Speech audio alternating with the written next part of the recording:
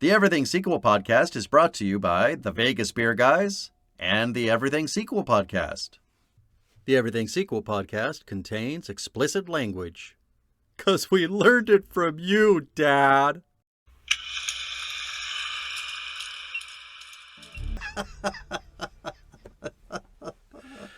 Between that and the Superman reference, you're not going to mistake this for anything other than a 2025 movie. Of course. On the upside of that is, it's a line written with the optimism that you're watching this in a movie theater. Mm-hmm. So there's that. Yeah, that must appeal to you. That kind of utopian vision of a future in which movie theaters exist. Yes. and we're still going to them, and Nicole Kidman is still, I don't know, encouraging us to come to the movies when we've already arrived at the movies. Yeah. And it's like, tell this to people who aren't here. Put it on a television commercial. They're the problem. Yeah. This movie to me is kind of pitched between it, or it kind of it sees its audience as split between traditional moviegoers, traditional theater moviegoers, and people who only watch movies on streaming. Yeah, so it's funny you mentioned that, because one of my overall notes is that this movie feels like, more than any of the other of the four movies we're talking about, this movie feels the most studio hands-on. I can almost, this movie feels to me as though somebody said, hey, I'd like to remake I Know What You Did Last Summer. And somebody said, yeah, remakes, they don't work so well anymore. Mm-hmm. You know what does work, though? Legacy sequels. And so let's have a little bit of the old and a little bit of the new. Have you ever heard the term 4 quadrants? I want a 4-quadrant movie. If you get the people that saw the 97 and they're 50 years old now, you get them. And then put some plucky teenagers in, you get the young people. And then we'll get the horror people, but we'll get the comedy people too. I tell you, this movie feels like that. I love this kind of 1930s mayoral character who runs Sony Columbia. That's the way I picture it in my mind. Yeah, no, absolutely. Well, we both go old timey when we think of studio executives. Always. But I don't actually know what. We'll have to ask Matt Aldridge. What are they actually like? Like, what's the archetype now? Like, what does he see on a regular basis? Because it can't be. I'm imagining one of the Warner Brothers. That's what I'm imagining, and I'm pretty sure that's not what it is. Or Joe Mantegna in the Three Amigos. Yeah. Pretty sure that's not what it is now. I don't even think you're allowed to smoke cigars. Take the Amigos' clothes. So I wonder what that archetype has become. Yeah, a question for a later date. Well, I'm gonna counter that. What you say makes complete sense. But I'm gonna counter that a little in saying that if that's how this movie came about, then it's all for the better. Sure. Of all the movies we're doing, I think this is the one I know the least about what you think of it. You haven't. You don't know what I thought about what I know what you did last summer. Yeah, you. Also, great. I love your introduction where you hesitated for a moment. It's like, should I put an A in front of the I? Because that doesn't sound right. You just said, this is I know what you did last summer edition, and I loved it because I would have done exactly the same. I would have been like, putting an A in next to the I doesn't seem right, even though technically it should be there. Yeah, it's weird. It is. It's very strange. Well, I mean, that's the other thing is that subset of movies, of legacy sequels that have the same title as the original that they're a legacy sequel to. So you end up in this kind of feedback loop you can't get out of. Where I mean, Halloween's worse because it has two of those. Sure. I mean, 3 overall, 3 Halloweens in the Halloween series. Yeah. But it's a strange phenomenon, and you wonder whether there is that cynicism behind it, where they're like, well, if people confuse the two, then that helps us sell. Yeah, right. You know, right. that's that. If people accidentally watch this, that helps us. Because we're going to get their money. It's the thing they usually no try what. to avoid, and then it feels as though they were, I don't know if cynical is the right word, but maybe it's savvy. They were savvy enough to say, hey, if they thought they were getting one thing, but get this other thing, they're still already in the theater, which is good for us. I mean, Radiohead, of all people, who don't strike you as kind of commercially minded at all, they wanted a name. I mean, they took the name from a song on a Talking Heads album, but they wanted it to begin with an R, so they would be in the same section of the record store as REM. So that's, even artists have those considerations sometimes. All right. Didn't do them any harm. They eclipsed REM, if anything. Yeah. Because they're one they're one head almost, because they're the RA and they're RE. Yes, I understand. Yeah, that's how the alphabet works. I know how the alphabet works. That's the thing they say God about damn it. Radiohead. It's terrible music, but they know how the alphabet works. Once again, I have to consider that I might look dumber than I actually am. Damn you, Tom. Well, only I can see you, so the listener will never get a sense of that. They just picture slack-jawed. It's like when Kennedy debated Nixon. It's like on the radio. Yeah, right. Everybody's like, Nixon, you seem right? like a Nixon perfectly clearly won. Yeah. You seem like a perfectly intelligent human, but I have to look at you and know that that's not the case. Okay, here we are. It's I Know What You Did Last Summer. Again, a 2025 film. This one released in the middle of July. It has. Yeah, you can skip that part for the rest of the series. No, it's habit. It's habit. Yeah. 36% on Rotten Tomatoes. Okay. Well, if you want us, if you're interested in knowing where I stand in relation to that film, I would say that is a unduly low score. I'm getting excited.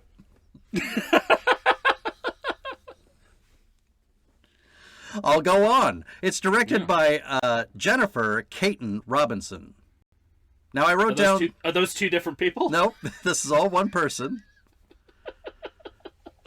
I don't know these other two movies. Someone Great and Do Revenge. Do Revenge. That's quite a title. That is Do Revenge. If I came up with a title that was Do Revenge, I think you'd say do another title. I love titles that don't make grammatical sense. Those are my favorite. It's like the cue cards in The King of Comedy.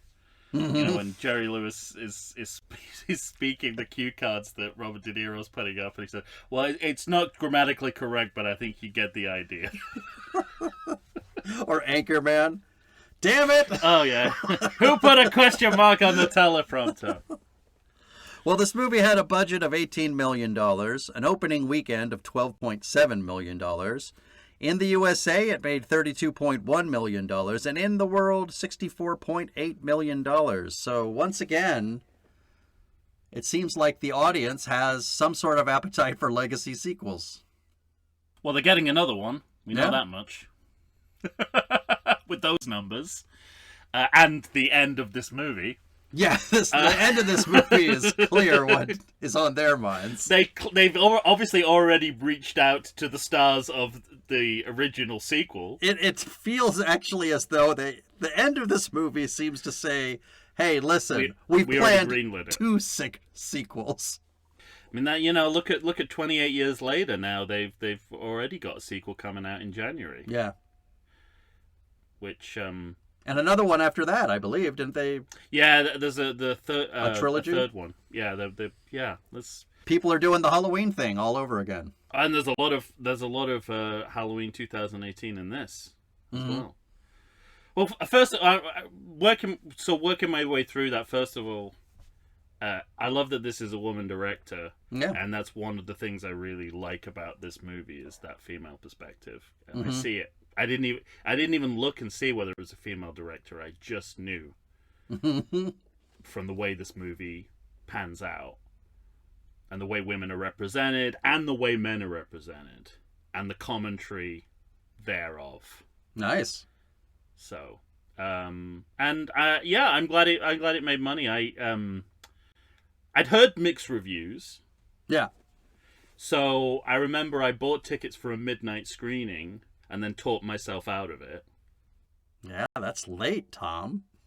Well, I was like, horror movie. I mean, even though this was the middle of summer, I was like, oh, horror movies, they should be seen late at night. It'll be quite a fun, I Know What You Did Last Summer is quite a fun franchise. It might be a good one to watch with a group of kids or whatever, or old people like me, whoever's. Yeah.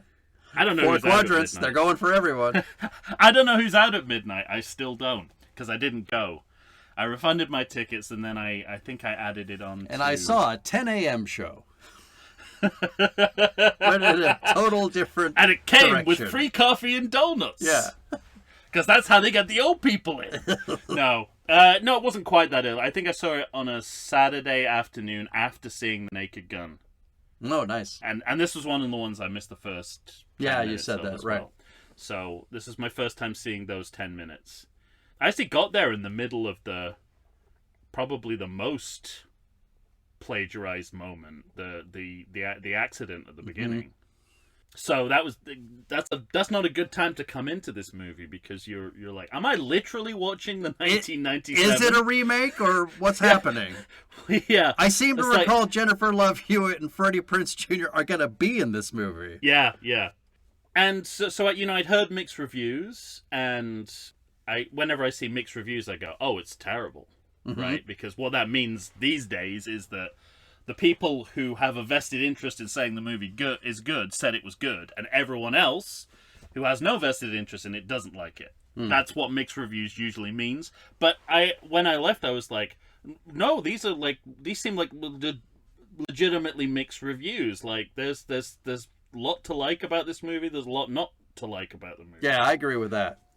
I did myself a Mike Shantz talking about video sequels argument to myself, and I said, okay, so what's the standard here? What was I Know What You Did Last Summer? What are they aspiring to? Well, what's the bar? And I thought, well, it's Scream Light. Yeah. That's the bar. That's the watermark. I'm like, this movie more than met that for me. Yeah, I agree. So I think it's a good movie.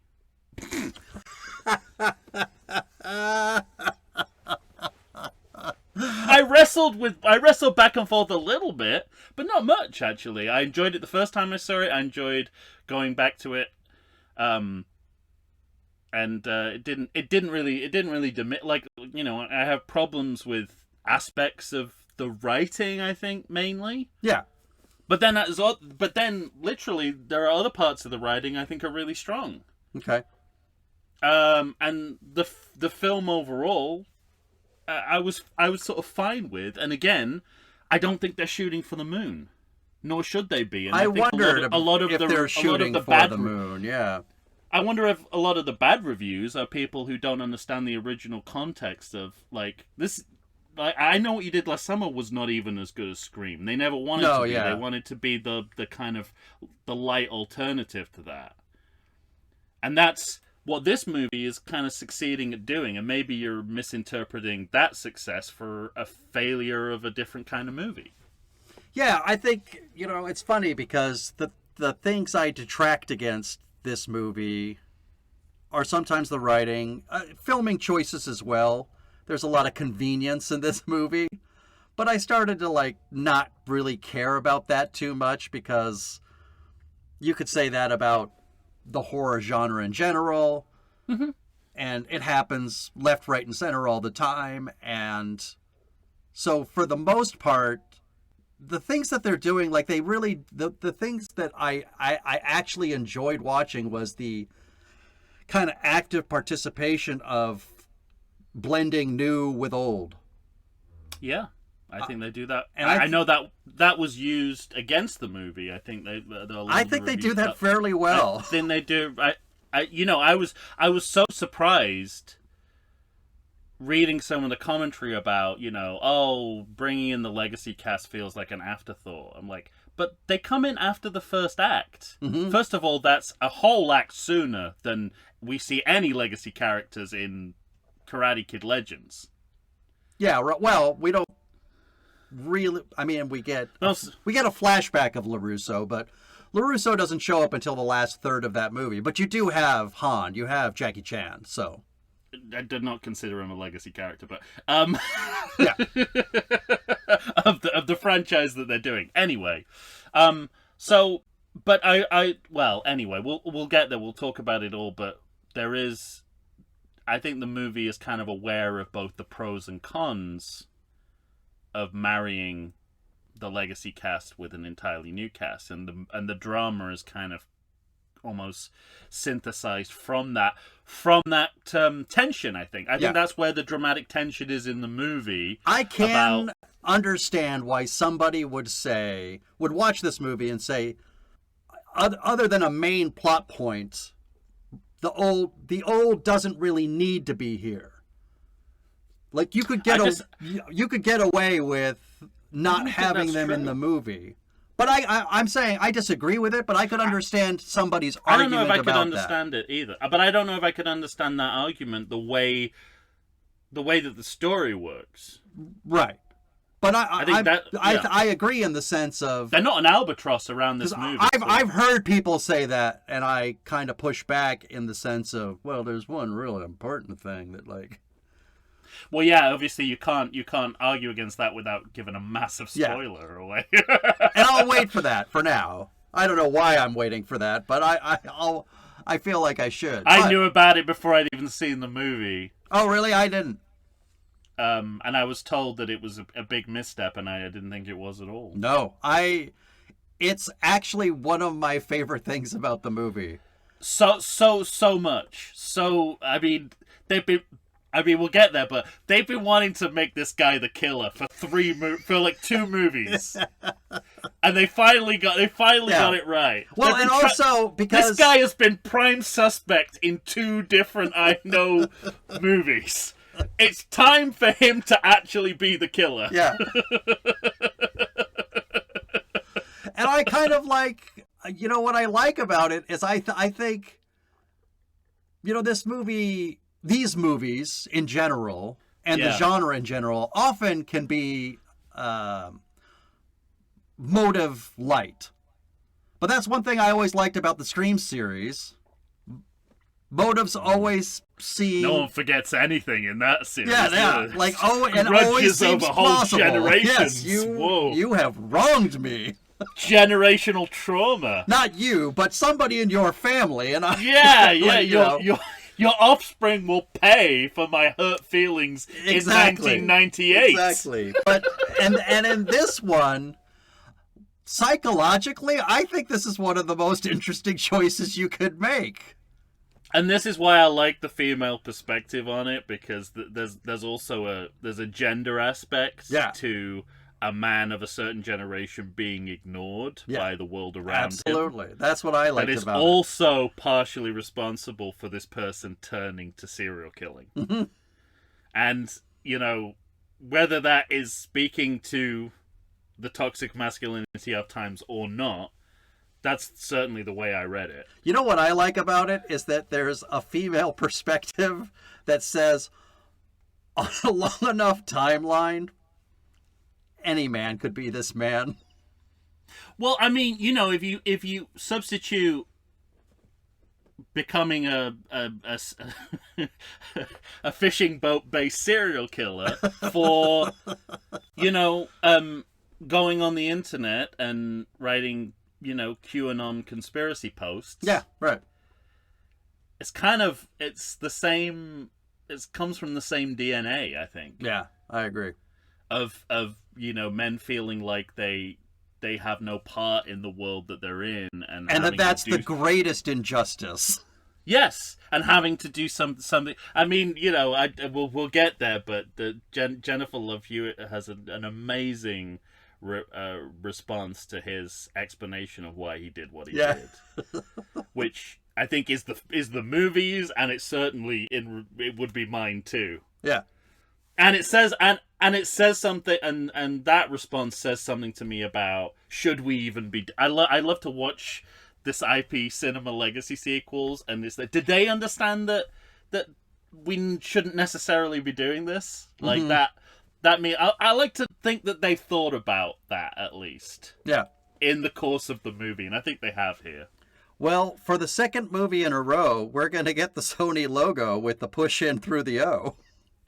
Yeah, I mean, is this a sign of their and both of them go into the O, into the Columbia logo. Yeah. A legacy sequel is going to be the cornerstone of their branding now. So what have they got? Legacy sequels and Spider-Man adjacent nonsense. That's kind of Sony Columbia in a nutshell these days. Yeah, right. And all the, the Seinfeld back catalog, I suppose. Sure. I like the choice of song that they begin with. I wrote down angsty music over the ocean. Yeah, it's kind of like, I think it's a song that's recorded recently, but made to sound like it came from 1997. Yeah, I agree. So that's the kind of duality we're dealing with here. But it was a welcome reprieve from all the choices of Karate Kid Legends. Oh yeah, the chimp curated music of the last movie, absolutely. No, it felt and I just watched that movie too, so I was like, okay, this feels purposeful, and they've chosen the music for a reason. But one of the most confusing production company names I've ever seen is Original Film. Mm-hmm. Because that makes you think that this is I watched this on Netflix, and I was like, is this a Netflix original film? Is that what they mean? I'm like, oh no, that's the name of the name of the company. I've heard. I know that company. Yeah. I'm like, it didn't shock me. But did you do that on purpose to make me think that because I'm only watch streaming, that this is like, why would you pick that name? Well, in the abstract, you could see why somebody would pick that. We have original films. It sounds really unique.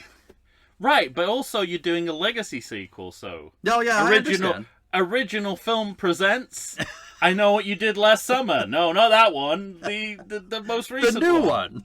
Yes. Yeah. The new version. To quote the next film we're doing. Well, we come to watch what's her name? Ava? Oh, I also want to know if we're, given that this is 2 Sony Columbia productions in a row that we've seen, it's interesting that the graphics of the titles are exactly the same as Karate Kid Legends. Yeah. So is this kind of like a company look that we're sort of developing, that all legacy sequels have to? I don't know, but isn't it weird that, because this feels more akin to the original movie too. So they remember start it being out, similar font. No, they start out with that graffiti style lettering, and then they switch about halfway through the title sequence. It's funny that one movie takes place in New York and one is taking place in a North Carolina seaside town, and yet the font seems to fit this better for some reason. Well, it's kind of, I don't know, I headcanoned it as the fun of the True Crime podcast. It's in the world of the movie, but I don't think that's necessarily the case. But, but then we revert to the original title font, I think, as far as I can remember. And also the opening helicopter shots of the sea are the same as in the original movie too. Yeah, feels right. There's kind of a bedrock of imagery that we're going back to here. Well, before she started talking to herself in the mirror, I really liked how they were telling us the story visually by just having her go, like, without any dialogue. She goes back to her home. She goes around her room. She looks around at everything. Finds old pot. Yeah, and then she starts talking to herself to do like an exposition dump. Yeah. To tell us everything you need to know about it. And it's like, no, keep it visual. Keep it all you don't need to go this far. Like, we'll catch up. You don't have to go that far, but I wasn't counting it too much against the movie or the moment either. The actor almost pulls it off. Well, She's such a wonderful actor. That's the thing for me, was that I wasn't counting it against the movie too much because I really like this actor. Chase Sue Wonders. And especially when you juxtapose this role versus her role on the studio, and you realize, wow, like I don't see a lot of young actors that can just disappear into roles. And this is very interesting to me. I really I think she's captivating especially when you just think of the two roles next to each other. Well, I mean, the versatility is not just that she's a small human. Mm-hmm. Right? So she can play a kid, Gary Coleman style, or or a small adult. Yeah. In a working trying to be situation. noticed at her job at the studio, right? It's because she's such a good actor and so charming, and so stunningly beautiful, effortless on all counts. I could look at her freckles all day long. I think we both talked about our fondness for freckles. Yeah, well, I mean, she's everything. She's small, brunette. She's got the freckles. She's everything I'm looking for, and she's good at what she does. Yeah.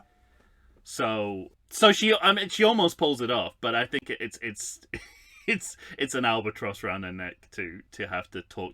Whenever an actor has a scene like that, I mean, it's an uphill struggle to make it seem convincing. Mm-hmm. I like her discovery of the joint as well, because it's bringing it back to the sort of origins of the slasher, but also how we've just all chilled out about that aspect of slashers too. Well, I mean, in a post-Scream world, people can do drugs and drink and not die.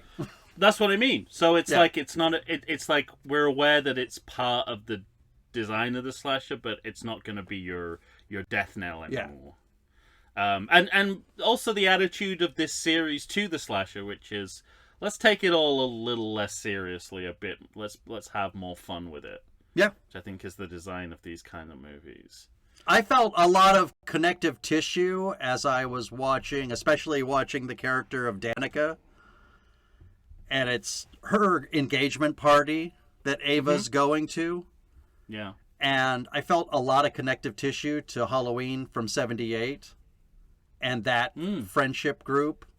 The Totally Girls. Yeah. And even though they all have distinct personalities in Halloween, I feel that here too. I do too, yeah. But this movie feels pretty connected to youth culture as it is now. Mm-hmm. People are saying things that they like, are fire, that kind of thing. Well, I like. There's a lot of fun dialogue poking fun at like modern yuppie types. The kind of commercialization. Her empathy guru or whatever. Commercialization of mindfulness being a big one. And it's interesting because, like, when the female characters start talking, like, okay, well, they're not passing the Bechdel test. All they're doing is talking about guys. Mm-hmm. And then you go over to the guys, and it's like, well, you're not passing your version of the Bechdel test either, because all you do is talking about women. So it's kind of a fun interplay with that.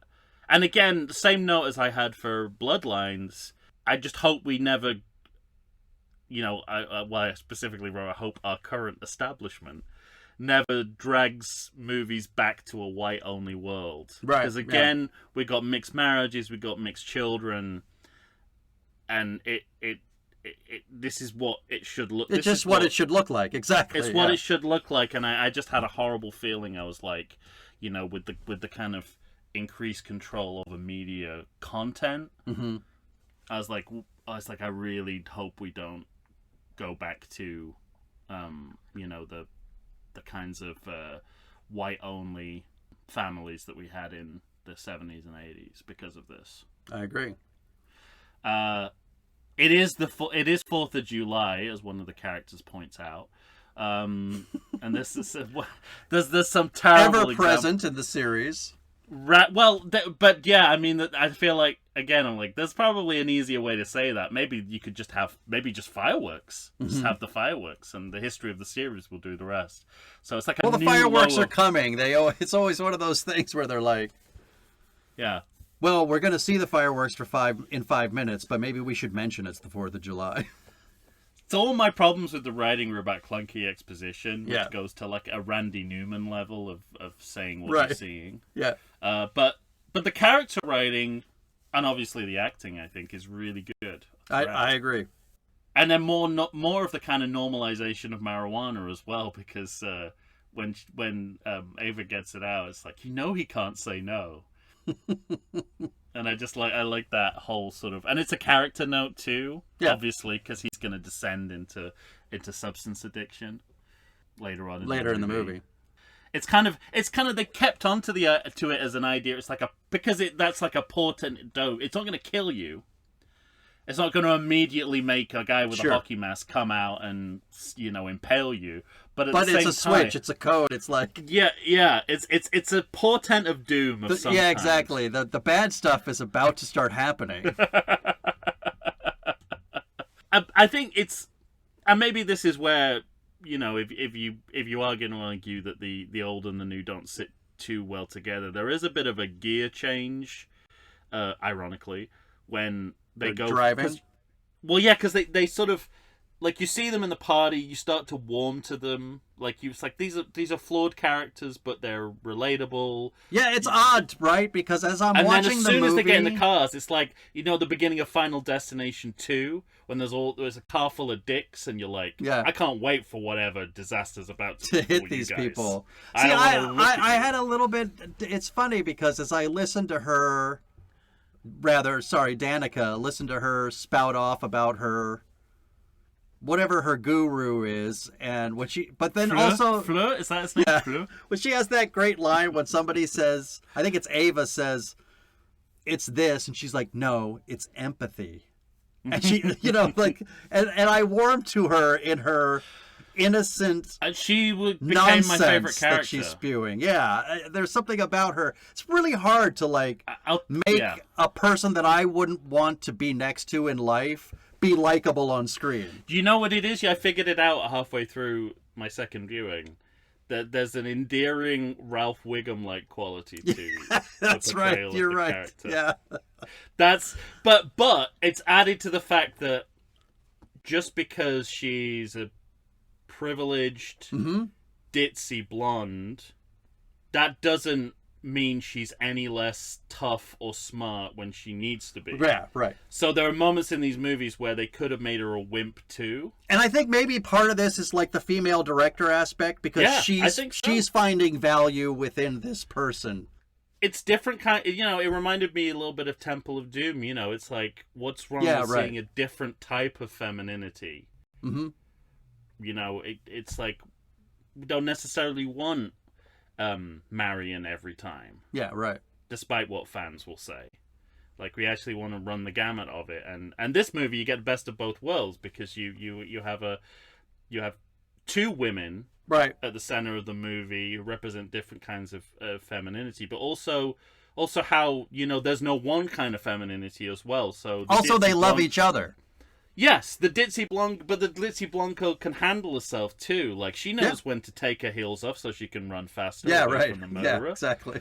The only thing that's holding her back really is privilege and culture. Mm-hmm.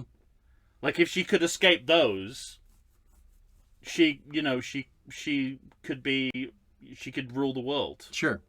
Ironically, but the fact that all that's handed it to her is actually holding her back from her self-assertion. Otherwise, anyway. And then on top of it, because somebody would say, well, why isn't Ava like that? And what I like about the idea of that is you could be born into privilege, but still not carry that with you, because that happens in life too. Yeah. Yeah, and we're all just different, and yet they gravitate towards each other, and they're best friends, and they love each other.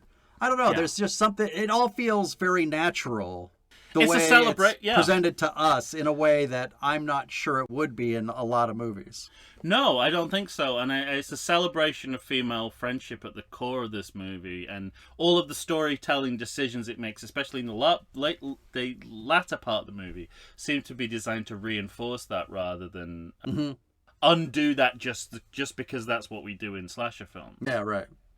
And I really appreciated that. So they try. I think they try to do an inversion to disguise the fact that this is the exact same scene as the 1987, which is that now the victim's in the car while they're out on the road.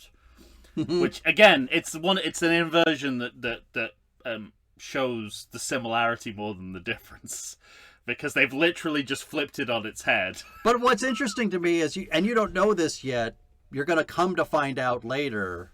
I don't, or the audience don't? The audience. I've seen the end of this movie, right? I hadn't seen the beginning of the movie, but I've seen the end of the movie. No, what I mean is, what I like is that in world, this is sort of a point that a lot of teenagers know to come to watch the fireworks, so that tracks, because it's the same town from 97. Mm-hmm. B, there's a whitewashing that has happened that we haven't found out about yet. Well, I got some questions about that, but go on. I do too, but I'm just saying, at least that's a part of this story. You telling me that Rocketeer Mayor from Jaws and that one police captain were able to scrub everything that happened in this town from the internet? It's very Nightmare on Elm Street. Yeah, but that was supernatural. No, not the making all parents forget what happened. Oh yeah, yes, of course it was. Nonsense. It depends which version you look at. In Freddy vs. Jason, it's not, but in Nightmare 6, it is. I was thinking more Freddy vs. Jason. Well, yeah, Freddy vs. Jason, they just give him a drug. I mean, that would have been a perfectly good explanation here. It's like we control them all with medication, like it's the Stepford Wives or something. But although it doesn't, I agree with your argument, but I like that it's connected to gentrification. Oh sure, and the yeah. redesigning I'm happy to look the place. other way. All I wanted to see was one nerd, right? One computer guy who looked like he could scrub anything from the internet. But the two people who are presented as being the heads of the conspiracy don't look like seem they've able. even. I don't think they've even seen a laptop either of them Yeah. in their lives. So that was all. All right. It's sort of. This was an area where I thought maybe they didn't take enough chances with the moral ambiguity of these characters, because they concoct a scenario where there's even more deniability that they've done anything wrong. Yeah, I agree. Like in the original movie, they have to work pretty hard to keep them in some kind of moral limbo where you're like, it's like, did they do the right thing? Did they not? But they're essentially innocent. But these guys, I mean, they're like, when they say, let's flee the scene, I'm like, well, you've all got compelling arguments as to how you, like, legally haven't done anything that can come back to haunt you. Right. And they're, most of them are white, all of them are privileged. They're kind of pretty much untouchable by today's legal system. Yeah, right. And I thought maybe they were just you want a little bit of that residual. Well, what I got out of turning into sociopaths, like we never get that moment where they're like, they go beyond. Look, I'm scared, so let's walk away from this. What I got out of it though was I'm actively drowning a person. Yeah, right. Right. You know, that's what happens in the original game. Okay, no, like Louis C.K. talks about this when he caught like this boy bullying his kid in the schoolyard, and he just went up to it, he grabbed him by the shirt, and they went, "I already know I've gone too far." And that's like, you want that moment here as well, where they're like, "Okay, now we've gone too far." Yeah. And then it never really gets there. It lets them off the hook. I think with the movie, ironically, I kept thinking that the movie was trying to wrap their privilege up in this, in the sense of, especially, who's the football player, Teddy? Mm-hmm. So I kind of got the idea, because Teddy's he's a great character, but he's the one that goes and makes the phone call. But to me, I think he's the one where he feels like he has the most to lose because of his parents. Like I think he's worried about his parents. And so he's the one, because he takes control and tries to convince everybody, okay, I've done the right thing, now we can leave. That I kind of bought that part of the privilege and that part of, it was just barely enough for me to like say, okay, I'll move on from this. But your overall point I agree with. Well, and also that the inversion doesn't help, right? Right. They're standing out on the road, so they'd literally done nothing. Well, except stand on the road. I mean, it's a dangerous part of the road, and it's a short curve around. And yeah, but you don't see many deer in custody for causing motor accidents. Deer don't have the ability to make those choices. Night Court would be. Well, arguably these guys don't as well. Anyway, I think they wrote the scene very carefully, maybe a little too carefully. Because there's got the whole point of the original point of this is that there is some ambiguity as to whether some people are doing this more deliberately, willfully than others. Yeah, right. And all of them seem to be fairly. They're all bystanders, I think. Mm-hmm. I don't think any of them are culpable. But the one thing I did like was that the writing of the movie decided to make Ava the one person, like, separates herself of, I like the idea of somebody saying there's no way we can do this, and then having 5 other people look her in the eye and say, no, we have to do this, and just sort of agreeing to it when she knows it's the wrong thing to do.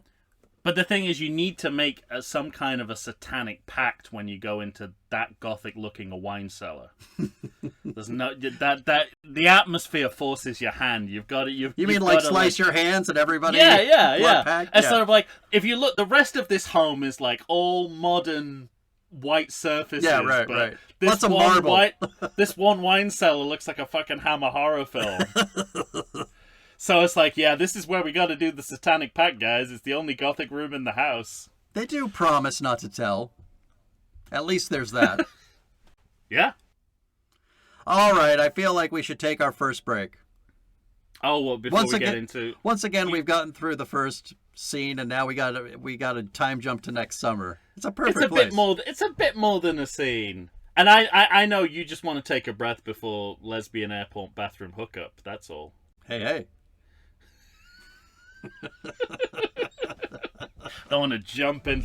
I like to think I know something about beer, but nowadays even I get overwhelmed when confronted by the exhaustive selection of craft beers they have at bars, breweries, and even grocery stores. Back in the day you had one, maybe 2 craft beers to choose from, and if you were confused, you ordered a Guinness. But in beerstinations like San Diego, the craft beer options lately are in double, sometimes even triple digits. So what's a beer drinker to do? You need what I need, the Vegas Beer Guys. Your beer of choice should be a perfect blend of malt and hops. And so a live show about beer needs that same balance. And the Vegas Beer Guys matches beer expert Dan Aker with self-proclaimed beer novice Stephen J. Weiss. The results are eminently drinkable. They're on Facebook, they're on Instagram. They'll try new beers, they'll tell you about beer. Think of them as your beer Sherpas guiding you up a foamy-headed mountain to reach the peak of your pint. God, I need a beer.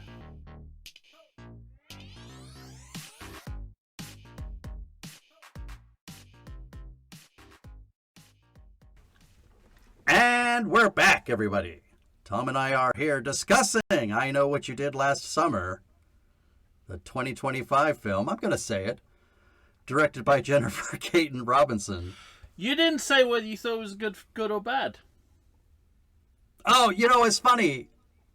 There was a part of me that said, is this movie not quite good enough to be good? And then I realized where I'd rank it and thought to myself, no, it's good. I think it's good. It's good enough to be good. And where are we ranking it? I guess to me, I'm going to do... I kept thinking about... to me, I ranked it good because I have it above 2. Oh, wow. Wow. Interesting. Huh. So I think I like the original and then this. My problem is I think I would like to I Still Know What You Did Last Summer a lot more if I watched it now than when we covered it. Oh. See, I remember having more problems with that movie, so I just naturally thought, I don't know, my problems are surface problems. We've talked about this before where people are getting stabbed and then there's blood all over the place and somebody comes into the room and there's no blood there. Yeah. I'm like, well, come I on. don't think this movie is, completely avoids that. There are some moments where you're like, what are we doing? Are we making the fisherman supernatural again, or? No, for me in this film, it has more to do with, listen, does this guy have the clunkiest, loudest sounding boots ever, or is he a stealth ninja? Make a choice. At least they comment on how hot it would be to wear that slicker That's in the middle of summer. I did like that note of realism. But there are moments where he just disappears out of nowhere, and you're like, are we bringing in any of the supernatural version of this character from One moment in particular in this movie has that problem for sure. I'll always know what you did last summer. He was full supernatural in that movie. Yeah. He wasn't the kind of Scream dress-up version. Was that the third one? Were there only 3? Yeah. There were only 3. Yeah, okay. This is the 4th. Yeah, that was a weird movie. I think I'm gonna say I'm gonna give myself the benefit of the doubt. I'm gonna do the opposite of giving myself the benefit of the doubt. I'm gonna say that I was originally wrong about I think you know I think you know what you did last summer. No, I still know what you did last summer. That's not a bad title. I think you know what I did. I think that's a you title for sure. I think you know that I know what you did last summer. And say that this is probably second to that. But I said that was I guarantee I said that was a bad movie. But I think I was wrong about that. All right. I don't know. This movie makes me remember that movie more fondly. So maybe it is top of the list. Fuck it, I'm going to put it at the top of the list. Above 1? No, well, we've not done 1 yet. This is just the sequels. Oh, you're right. Yeah, I inadvertently let a cat out of the bag. Oh well. Well, I think that's a well-known cat. Yeah, I had this above 2. That's Top Cat. It's a very well-known cat. Yeah, I think I'm still gonna put this above because when the moments in this movie where they talk about I still know what you did last summer, that I love. I have like a wave of affection. Yeah. And then I kind of vaguely remember the experience of watching it and going, maybe that's not going to live up to that wave of nostalgia that these moments give. Yeah. It's one of my favorite moments in this entire movie is... We'll get there, but don't you say it. I won't. Don't you say it. Jerk off. All right, well, we had our lesbian snack break, and... Ooh. I'm looking at my notes here, and my notes... I don't know what's going on under your microphone, but we were both looking at each other the entire time, so... Now turn around. Well, I got to say, in the parlance of our times, these were a couple of lesbian snacks. Yeah. And they're not really... they're not lesbians. They both identify as bisexual. Even in the story, right? Because she's... I think so. Because we know that Ava must be bisexual, but the podcast girl is already hitting on her boyfriend in the car on the way home. So I think it's ENM, I believe is the term. Okay. As well, ethical non-monogamy. Yes, I am on dating apps. And sex positive, right? Very. But with a little bit of that slasher titillation, right? The kind of like, It's like Yeah, female my note was objectification we is cut. still part of this whole thing. My note was we cut to Ava hard kissing Tyler. Yeah, Tyler, that's her name. Yeah. Interesting. And what I liked was it's funny too because, again, because this is a female director, there's a real thing of having trauma befall you in your life, and then you playing kind of different games sexually. So when she's talking about choke me and do this and that kind of thing, Yeah, I know. like that's a real thing that happens in life, and it's like this idea of the way they creating play it as danger well. within your private life, so that all tracks in a real way. But she's also able to use it comedically. It's I don't very know. much so. That's a funny. We'll get there. That's a funny moment. Choke me. What? Never mind. That's one of the most honest sexual moments in any movie. Yeah, never mind. Forget it, yeah. What'd you say? Forget it. Forget it. Like George Costanza in that pitch meeting. Yeah. It's not for you. Well, it's kind of interesting. I also. What's Jerry say? Lay it out like your mom did. Your pants, your panties that your mother laid out for you. It's not offensive. It's bizarre, but it's not offensive. What does that mean? I don't know. Someone's done these memes online that keep coming up on my feed. Of course. I get all the Seinfeld ones, obviously. And it's Full Metal Jacket, but instead of Matthew Modine, it's Jerry Seinfeld. And so it's a line like, you mean the panties your mother laid out for you? And then the drill sergeant's like, who said that? Oh, the other one is, what's the deal with airplane peanuts? Who said that? So, I think there's a certain level of getting off on lesbian sex, getting off on objectifying women, but it's also, I think, as you're saying, like a real moment too. Yeah. And for these two as well, they're casual, like they're obviously casual about it. There's a nice moment where you just see it just kind met. of washing our hands a little better than you usually do Yeah. in the bathroom, and I'm like, that's a good call. But I like that, like, they feel so... Think about where those hands have been. when they get into ex-boyfriend's car and he's giving them a ride into town, and they seem so familiar to each other that he's like, so where did you guys meet? Like, what are you, best friends? Yeah. He's saying it as though they're best friends, and they're like, oh, we just met. Yeah.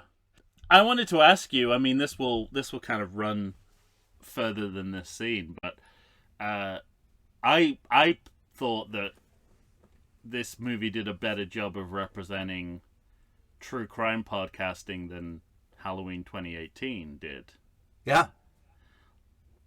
I mean, it's still a little bit stereotypical, but I like the idea that it's just some random goth girl with an iPhone, as opposed to, in 2018, aren't they like world-class investigative journalists with they links make to it seem like that, links yeah. to the U.S. Justice Department?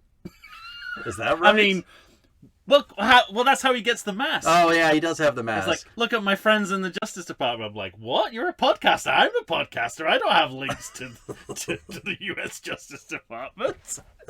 But this girl doesn't have links to any department. She's just going around randomly to these murder towns with her iPhone. And I thought, well, maybe people who actually listen to true crime podcasts would be like, that's not true either. They're both extremes. But no, but I kind of like the idea of this is a person who's probably not as important even in the podcasting world as she thinks she is, to the point where she's putting stickers on former places of murder. Yeah. Because that's the thing of you know, that just feels very it's good marketing. I was jealous of that marketing, to be perfectly honest. Of course you were. We should have stickers that we put, but well, where would we put them? Like on the seats of the movie theaters we go to? Sequel film locations? Yeah. How would we source those? Oh, funny. We tried the card trick the other night.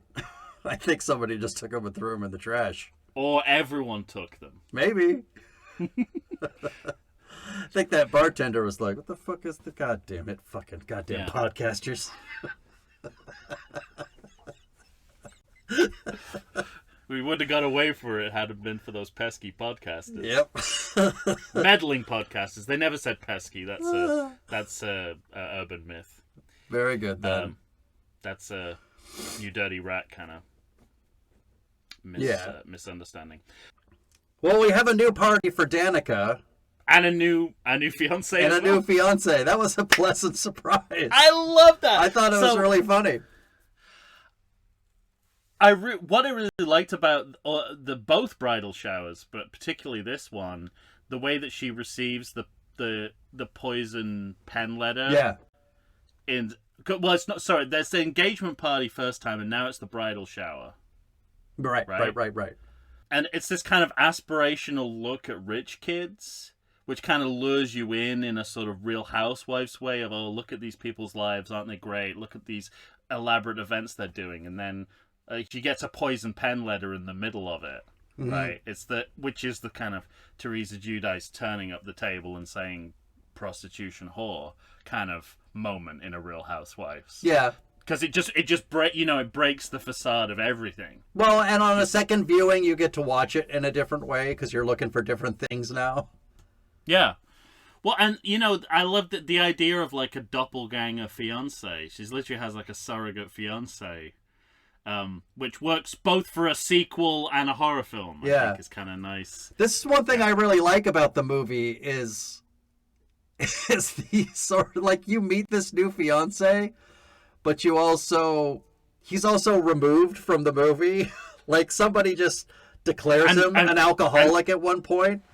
And that's an amazing scene. He does so the Jamie funny. Lee Curtis on that one bottle of wine that's left. And I mean, he's not going to be with us for too much longer, but I like this new introduction. But I think that's purposeful too. I think it's sort of like, it's just like, let's not shed a tear. Yeah, exactly. Like, it feels even though he's not going to last long. Even when it's funny because the way Robinson, the director, the way she directs this movie, it's as though he has a bright light over his face.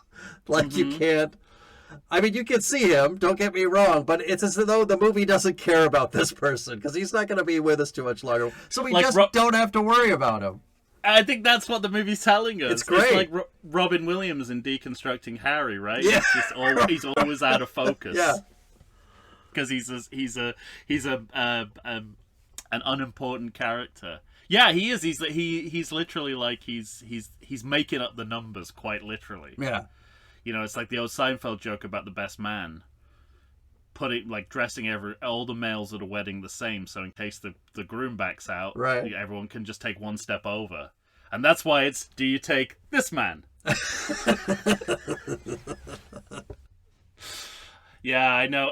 Yes, it's very well. I mean, we go to Teddy's boat, which is fucking great.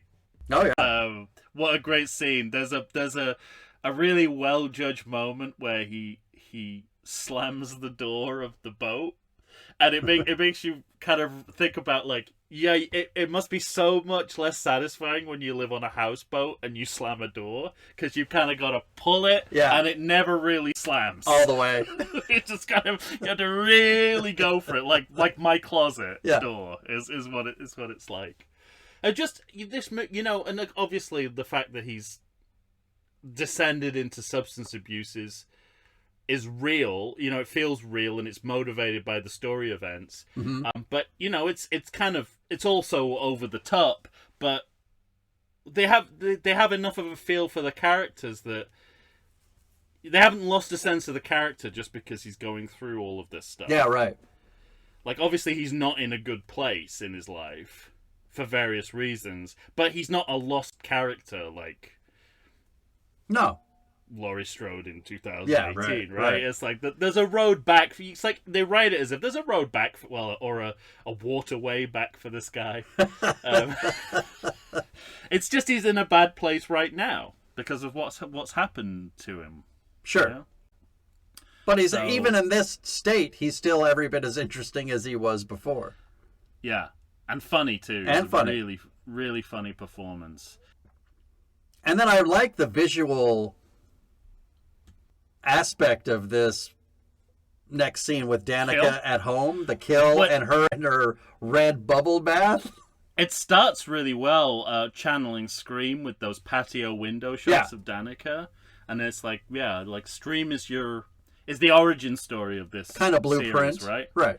Because it was, I believe it was the original was a screenplay that Kevin Williamson wrote before Scream. Before Scream. Right. And then when Scream was successful, They were like, fucking, let's get that thing out of mothballs. and he was already over it by that point. Yeah. He was like, well, this doesn't represent my better work, so just make it. Mm-hmm. But yeah, the blood bath bomb is a great horror idea. Really great. I love it. And, you know, able to kind of seem like a slasher movie, but also kind of make horror out of that modern mindfulness upselling Right. that most people are victim to, or people with money are victim to these days. Or without money, too. Sure. Maybe they started out with money and ended up with none because they spent money on mindfulness apps and fucking right. bath salts. Even New Fiance. I love New Fiance getting impaled by the harpoon, and It's very satisfying. That harpoon's really satisfying. Yeah. I don't think we've seen one since the end of whatever the dirty Deadpool. hairy Deadpool. Yeah. The Deadpool.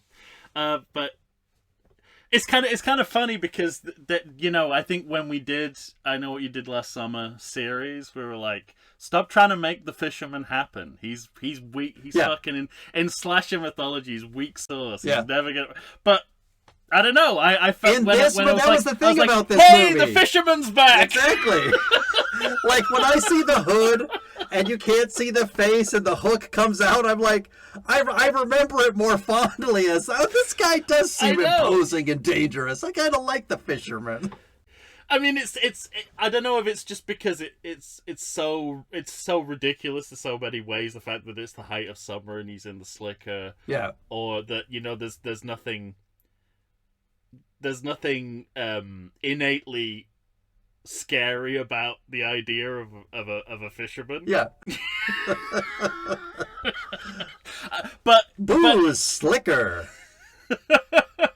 I just thought, but also, you know, it fits into the history. I mean, this, now that you've made more movies with the fisherman, they're using Scream in the way they're using the fisherman in the way that they use Ghostface in the Scream movies. It's a disguise for whoever is inside. Yeah. And that person is different every time. I'm trying to think about like how far that goes back in the slasher, and I can't think back before Friday Part 5 with Roy the copycat Killer. Copycat killer. I mean, Scream obviously perfected it because Sure. they were characters we knew. Yeah. It wasn't just one scene where someone said, "Oh, hey, Roy." You know, we actually knew the characters. But I gotta say, like, who was the first one to do the the copycat? I mean, unless you see Jason himself as a copycat, which he kind of is. Yeah. A copycat Of his mom. But I just think it's like I can't think earlier than that where it was a different person every time, but wearing the same disguise. It's funny, too, because I go back and forth on, I mean, kind of just going on further with the fisherman character in this movie. Because as he approaches New Fiance, and you get this, it doesn't seem to matter what the fisherman walks on. He can walk on cement, he can walk on grass, he can walk on your wooden floor, but you get these great stomps as he approaches, the sound Foley work, and he's always stomping around unless, of course, he needs to disappear or appear right behind you. Mm-hmm. So it's one of those things where I detract from the movie and in some ways because it's selective about how sneaky or menacing based on footfalls this character I mean, can the be. Slicker itself is going to make a ton of Yeah, noise exactly. with Yeah. the squeaking Yeah. of the leather. I mean, it'll be before you even get to the boots. But there's something about it that, like, I at a certain point I start giving the movie a pass because I'm really digging everything that they're doing in this moment. And what I was gonna say about New Fiance, I love that Privilege even comes into his death. Like, doesn't he start taking out his wallet, or he's like, take whatever you want, whatever you. Yeah. Like, all these things don't matter to me. Just give me my life. I really like that aspect of Which it. feel again, and I think I don't know if that's quoting anything in particular in a slasher. I have a faint memory of something from maybe Friday the 13th where someone tried to reason with Jason that way with money or offering him something. But it feels like a very slasher specific moment, as does the kind of wedding shrine that he's found in. Yeah, right. I mean, that reminded me of Halloween '78 with the Judith gravestone. Myers, yeah. That idea that the idea that slasher killers are also great interior designers. They've got some great ideas about how to stage properties. Yeah. and this is where it's great that we never got attached to this guy, because, you know, I think the moment is where he starts swigging the bottle. Uh-huh. And it's like, oh, he's just a hypocrite like the rest of them. Right. And it's like, it means you don't have to play the genuine grief in the next scene. Everyone's just like, you know, Martin Scorsese's dad in Goodfellas. Well, that's that. You know, it's kind of like the characters, without saying it, are all thinking, well, it was never going to work anyway. Yeah, exactly. He was not important. What's the huge? It's like he was a placeholder both in the movie and her life. And her life, exactly. And even Danica herself, I think, in this next scene is, I need a drink. As the Who would say, you're a substitute for another guy.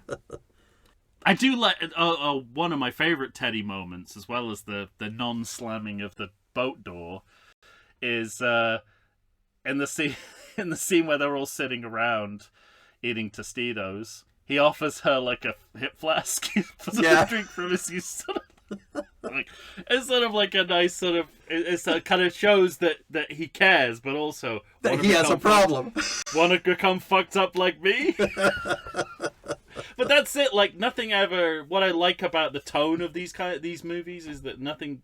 They don't push the seriousness. They don't push the melodrama.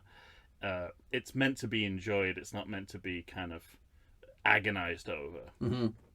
I like that. I like that. That alternative. It has its place in the slasher canon, I think. Sure.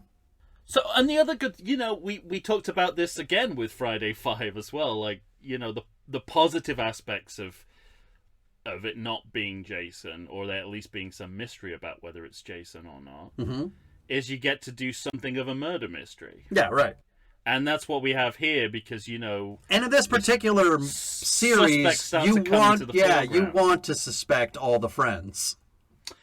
All the friends, but also, I mean, the father presents himself as a pretty big suspect. Because, you know, he's trying to erase the history of the town. Movie's a little late on introducing this pastor, but he quickly becomes a suspect in our minds. Yeah, true. Yes, and so... Oh, this is where I have the note about Danica's Ralph Wiggum quality, because they're sitting around talking, and, you know, they find the history of, you know, it says that Julie James got an anonymous note, and she says, I got an anonymous note. And I'm like, that's very, my cat's breath smells of cat food. Choose you. And there's a picture of a train. Yeah, and I was just like, the purple berries. And they taste like burning. But she's presented as this kind of ditzy blonde, but I like that everyone else is sort of like, oh, come on, just catch up. Yeah, right. It's not like, it's not just how women are represented in the movie. Mm-hmm. It's just one character portrayal. I don't know. I mean, well, in one aspect of that character, exactly. Yeah, she's got more to her. Yeah, and then the Tostitos come out pretty hot and heavy in this scene. It's sure. Still, obviously, got some good product placement money coming to them. It feels. Is there like a '90s Tostitos commercial that looks just like this, with a bunch of like Friends clones kind of sat around eating Tostitos? I don't know. It could be an old Super Bowl commercial. Yeah, that's what I'm kind of thinking. Well, anyway, we've got to talk about being scrubbed off the internet, which I also wrote bringing in the Nightmare sequels. And we know the plot device, which is the town doesn't know. They don't know. So no one knows they're plagiarizing the original movie. I mean, yeah, the thing is like we don't get to know the town and its inhabitants well enough for this to be too much of a problem for us in the movie. Sure. Because obviously there would be people in the town that remember. But I guess the fishermen who don't use the internet, I suppose. Sure. I guess but there's nothing on the internet, so that doesn't make sense. The aspect of it that I kind of buy into is the idea of, like, when you talk to young people who are 20, yeah, and they can't even conceive of something that happened before they were born. Whereas yeah, well, that would be the way to play it, I think, and I don't think they play. I think they had it scrubbed off the internet. So, like I say, either give. Do they say that? Yes, scrubbed off. I wrote it down. Scrubbed off the internet. That's crazy. It's not good. And if you're gonna do that, then show me the nerd who did it. Right? The town nerd. Because what you really need is just a nerd to say, "I've pushed these other things to the top of a Google search," which is right. Great place to live, buy land here, idyllic, seaside town, not former place of murders. Or you go the opposite way and say, yeah, it's a town full of fucking fishermen. No, they don't. None of them have the internet. Yeah, right. It's like it's all old people now in the town. There are no young people in the town anymore. Everyone, I don't know. I think there's ways of doing it, but scrubbed from the internet reminds me of how it was mangled in the Nightmare. I mean, honestly, it can be as simple as in '97 it became the murder town. Everybody moved out. Yeah. Developer comes in, turns it into an idyllic place. Yeah. That's what most people that live here now know it as. Renames it not Murder Town. Yeah. Happy. We should have got the crazy teacher doing math lessons to himself. But what I do like, and this is what you get in Final Destination Bloodlines as well, is they capitalize on making the IP the folk tale within the story. Mm-hmm. So local lore is franchise lore. Yeah, right. It's past movies in this series. It also gives us a segue to start looking at the photos and the clippings that we need in every sequel. Mm-hmm. But I like this idea of the legacy property is like the kind of folk tale within the world now. Yeah, I think that's done really. That's kind of done. I mean, well, and I suppose it's done in Star Wars as well, where it's like, the myth of the Jedi. All right, settle down. We don't have enough time to bring Star Wars into this. 30 years later, and the myth of the Jedi, yeah. We've all forgotten about. That happens twice in Star Wars, in 2 different trilogies. Everyone takes exactly 30 years to forget about the Jedi. The who? Some people are saying. But in this movie, I kind of like the idea of Tyler coming back into the movie and them going to this Bayside house. I like it, yeah. Restaging the murder within the idea of restaging the murder. Yeah, completely. I like the idea of... I mean, I have no idea if they're going back to where they actually filmed the first movie, but the idea of the house itself changing into something new. Yeah. And again, that idea of gentrification, and yet the killer choosing to re-murderify the new place, And it's, if you think about the equivalent scene in Halloween 2018, that's the moment where the podcaster goes, "Hey, look, here's your mask. Ah, you want your mask, don't you? Don't you?" That's in the first 5 minutes of the movie. And this is a better scene than that. Yeah. Because this is kind of vague. This is sort of fairly plausible that a podcast would reenact in this way, rather than a podcaster using his connections to the U.S. Justice Department to get also they kind of taunt the killer with in his mental institution. I like also that there's it doesn't last long, but this movie can tease you for at least a few minutes because Tyler disappears and then the fisherman appears.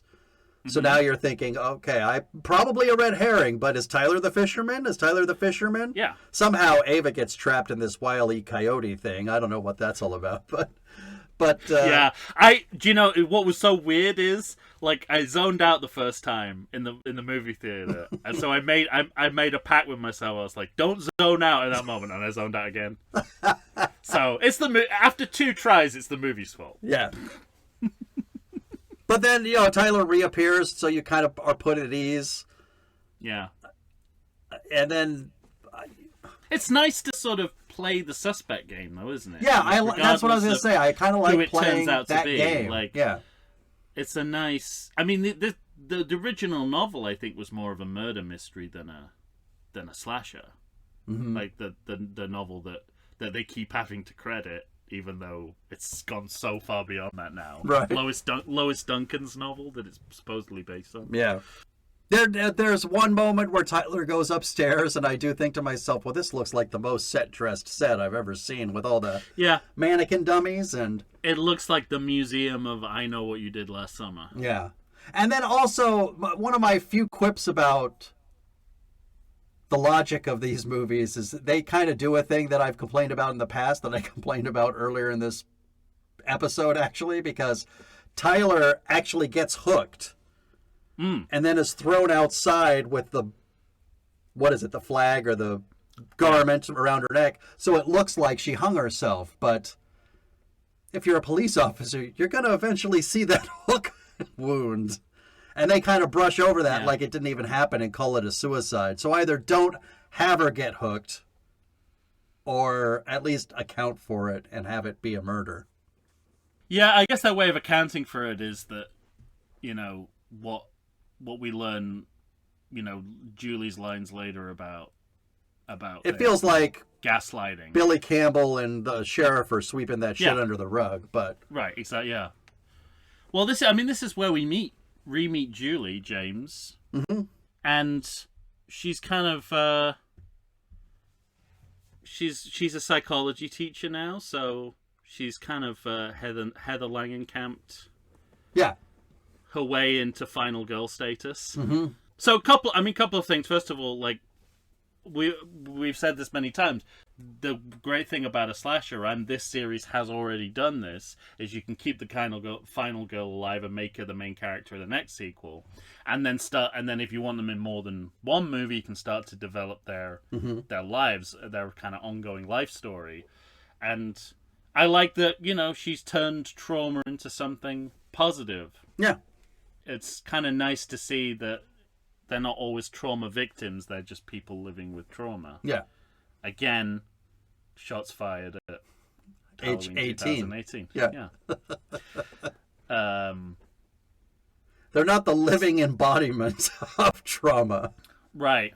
Yeah. They're a human being. And there's a bit of a fake out here as well, because they remind the audience, as I needed reminding, that Sarah Michelle Gellar won't appear because she's dead. She's dead, right. But she will appear. But she will appear, even death won't stop her. I've got questions about that. Go on. Well, it's a dream. What could your questions possibly be? My questions have more to do with, is that how good she still looks, or did they do a de-aging thing? Because I think it's a combination of the two. Because if it's a de-aging thing, that's the best I've seen. I'm not seeing any Harrison Ford on top of a train. There's de-aging in it. Definitely. But not much. I think it was a much easier job than having to de-age Harrison Ford.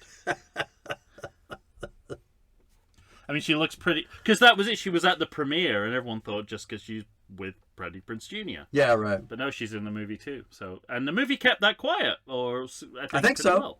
Yeah. But we're not... I kind of like this... I like this kind of...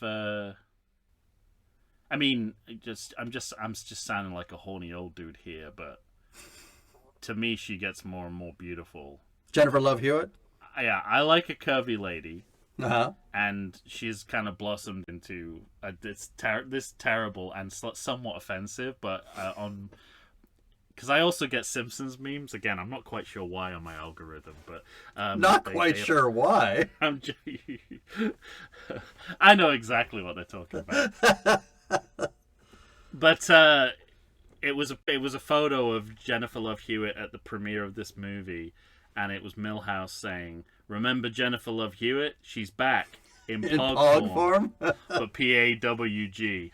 Fat ass white girl, for those of you who don't know. But I'll just say I've looked at that photo often. I think she is, for me, the prime of her Beauty. of her sex symbolism right now. Nice. So there was that. Obviously, I'm carrying that onto all of this. But I think I don't know. I mean, she's never been the greatest actor, but I like the way she plays this character, and I like the way she does it here. Yeah, I do too. I mean, there's some kind of writing that is clearly only for the trailer. Yeah. In this scene, and that's not good. Let me ask you something. All of these movies have that too, sure, to some extent. Even the good ones. I think it's a decent return, and again, it goes back to the well of the stuff that works in Nightmare sequels. So I kind of like bringing back. Well, and we kind of bringing back Nancy as a. At least enough time has elapsed for her to get her fucking degree. Yeah, right. And be an established psychology the opposite of Nancy. Yeah. And we get back to back because then we have this town meeting and we are reintroduced to Roy. Mm-hmm. As he stomps around this meeting demanding answers from Ray, not Roy. Roy is oh, Ray. Jason. Sorry. Roy is fake Jason. I know he's such a memorable character, Roy, that you can't get him out of your mind. And not just an ambulance driver we saw once. I guess I didn't quite get that line on the side of the A down far enough on my note. And this is also where we're kind of introduced to the pastor as a possible suspect. Oh, and before we leave the restage kill. Mm-hmm. I love the moment where, and I think again this is why I think there's some commentary on are we right to be doing what we're doing with this Legacy sequel? Tyler pleading, "I'm a fan," to the fisherman. It's like that uneasiness of fandom and interacting with horror. I love that. I thought that they did that. It's good. I think it's well timed when she arrives as well, Julie. Like I do too. The first act. I think it's good. People also it's motivated. It's too late, but I don't think it was too late at all. It's motivated by the characters within this new story, so that all tracks and makes sense for me. And she talks about Southport PD and talks about gaslighting, and that kind of makes sense too because we didn't use that term in '97. No, but it was present, and I like the idea that she's still holding a grudge. Yeah, but now she's got the languaging to describe what they were. Yeah. So it's like this idea of like productive use of final girl trauma as opposed to letting it turn you into a scary gun hermit. Right. I wasn't the crazy one. Right, exactly. Yeah. And as well the whole idea that again, this archetype within horror is that of the expert. Yeah, right. And now the expert is in the horror legacy sequel is the person who can tell you about what happened in the past movies. Mm-hmm. So it's kind of an interesting franchise lore and genre tropes kind of collide. I mean, it's interesting too because it feels like the moment in Scream where you get the rules. Yeah, exactly. And Julie's going to tell you how you survive this. And we just saw one in Bloodlines too. When Bloodworth comes in, he's like, "Sure, this is what you need to know. Don't get death wet after midnight." Don't. Oh wait a minute, I've conflated two. Is that Eastern Standard Time or? Don't feed them after midnight. Don't ever get them wet. Don't get them wet at any time. Midnight doesn't play into it. So this is the return of Ray, who they give him the Quint entrance. Very much so. Everything but scraping his nails on the chalkboard, really. I like Campbell, who's like, "Hello, Ray." I like the idea that he's been hiding this major legacy character and also major actor. It's just kind of been hiding in plain sight the whole time, and yeah, I feel like when you go back to these movies, that everyone's kind of the legacy characters have kind of moved on in ways that On screen and off screen. don't seem realistic. But the idea that even though he obviously does not want to be in this town anymore, the fact that he's still stuck there kind of rings more true. You know, if you ever Certainly for what's going to happen later. Well, I come from quite a small town, and sometimes I go back and I'm like, how are you possibly still here? Yeah. You were an old person in this town when I was a young person, and now I am an old person, and you're still an old person in the town. And that's what kind of Ray feels like. And this is where we meet Red Herring Psycho Priest for the first time. It's kind of interesting, like the mayor, police officers, priests. It's the establishment, right? Don't trust all the people not to trust, right? Which, another aspect of this film where in my head I went, oh, I like that. I like that too, but it's kind of interesting how much it's a given now. I think it would be weird if they were trustworthy. Yeah, in today's culture, right?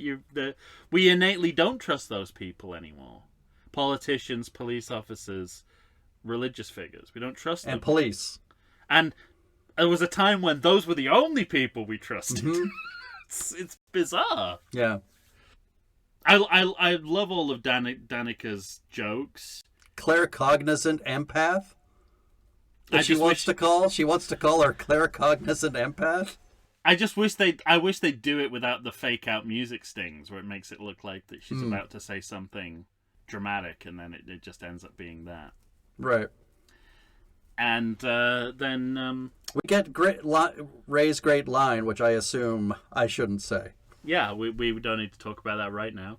Very good. We might get there. But within our Scooby-Doo gang, we get this clue about the car that actually went off the cliff at the beginning of the movie. Did you also notice how much whenever whenever Julie and Ray are on screen, there's a hell of a lot of ADR? Oh, I don't know if I noticed. And I was like, and I'm wondering, it kind of went two ways for me. They were like, they kept rewriting these scenes and kept having to add dialogue in because they didn't quite know what to do with the legacy characters, or maybe they were like, someone watched this and said, well, I have never seen any of these movies, so I don't understand who these characters are. I need more. Yeah, right. Like, I feel like it could go either way. Yeah, so I love the junkyard guy. That's a great performance. So good. He reminded me of the guy in Prowler. Yeah. It's kind of interesting. We get these glimpses into what an older generation of townspeople think about the young people who live there today. Mm-hmm. And I mean, they start to sort of become, you've drawn so much attention to them. You're like, should we suspect this guy? Yeah, like, right. He seems like a creep. Could he be the killer? And then you just realize, no, he's just a put upon working man. Yeah. who doesn't really want to be bothered right now. Deal with these kids' bullshit. Yeah. And I also, the one thing I like about that scene too is the sort of found genius of detective work that Ava and the kids work through to try and convince this guy. Yeah. And they kind of pick up on each other's threads. And then there's a good, when they find out he's called Barry Cox, they laugh at that, which is great. Yeah. That's a very Simpsons A gorilla moment. And then the same thing happens. There's another put upon working guy at the graveyard, the gravesite. He's desperately trying to get home and not have to look at the camera footage. And Danica's like, well, maybe there is, maybe there was footage. And you're like, all right. That's a really nice dimension of the film. Yeah, well, this scene in particular was the first scene where I felt like, I don't know, it felt like I was in the same town from '97. Yeah, I think that's what those characters are there to do. It's like life has been going on. Yeah. Between then and now, and there are people who are just trying to get on with their lives. And I love the idea of just two teenage or early 20-something boys having a beer in front of a grave. Yeah. What's that all about? I've never I done know. that with a friend. No. Well, small towns, you got to make your own entertainment. But again, we have the sort of murder mystery aspect because Danica and Teddy split up. So even though it's only going to be for a couple of minutes, you think, oh no, fuck, is it Teddy? I don't want Teddy to be the killer. Right. And this is where I was happy they didn't make Danica a physical wimp, Yeah. because she You fights mentioned back. it earlier. She takes Yeah. her shoes off, able to run faster. She's great. thinking. She's being smart, is what she's actually being. She's got street smarts at the Yeah. very least, which is weird given how privileged she is. Yeah, it's what I call a stereotype in proportion. Mm-hmm. And yeah, this is where is this the moment where you were questioning whether the fisherman was supernatural, where he disappears? Yeah. Because he disappears pretty quick. The only thing that seemed even slightly smart was because Teddy pushes him Secretly off. Well, Teddy pushes him off the Stallone? float, looks to check Danica Yeah. for about a second and a half, and then looks back up. Fisherman's gone. Yeah. But I want to say that there was sort of a like a swinging door somewhere Okay. to denote that maybe the killer just went through the door. Sound of a car leaving, and then Yeah. then a plane. Did you know that the Everything Sequel podcast has a sequel? It's our Patreon, and for a low monthly donation, you can get up to 2 exclusive, full-length, ad-free bonus episodes. $5 a month gets you an episode discussing all the original movies from the series we've covered on the podcast. And that's a lot of snakeheads. But $10 a month scores you the reboot to boot. Support Everything Sequel on Patreon and reap the benefits of amazing brand new content you quite literally can't get anywhere else. Got more money than sense? We also offer one-time payments that will get you in the driver's seat of the podcast. Maybe even the passenger seat. That metaphor doesn't work, but our show does. So join the Patreon and believe the hype. It's a sequel. And we're back, ladies and gentlemen. Tom and I are here discussing I Know What You Did Last Summer, 25. Directed by Jennifer Caton Robinson. Jennifer, Kate, and Robinson. Okay. who's Robin? Just one name? Robinson. They're both just one name? Jennifer. One's a Kate, and one's an Ann Robinson. Oh, wait. Jennifer. No. So 4 names. No, it's Jennifer Caton. Kaytin. That just sounds like you're saying, Jennifer, Kate, and Robinson. You remember Robinson? He only has one name. Yeah. Well, last we left, let's go to the clip of Julie home and seeing motion detected. Is that where you are?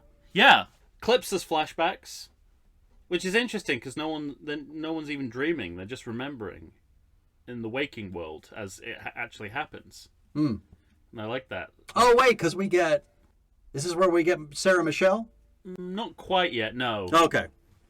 No. This is where we get clips from earlier movie from I Know What You Did Last Summer, and it's I think it's Julie having a PTSD flashback.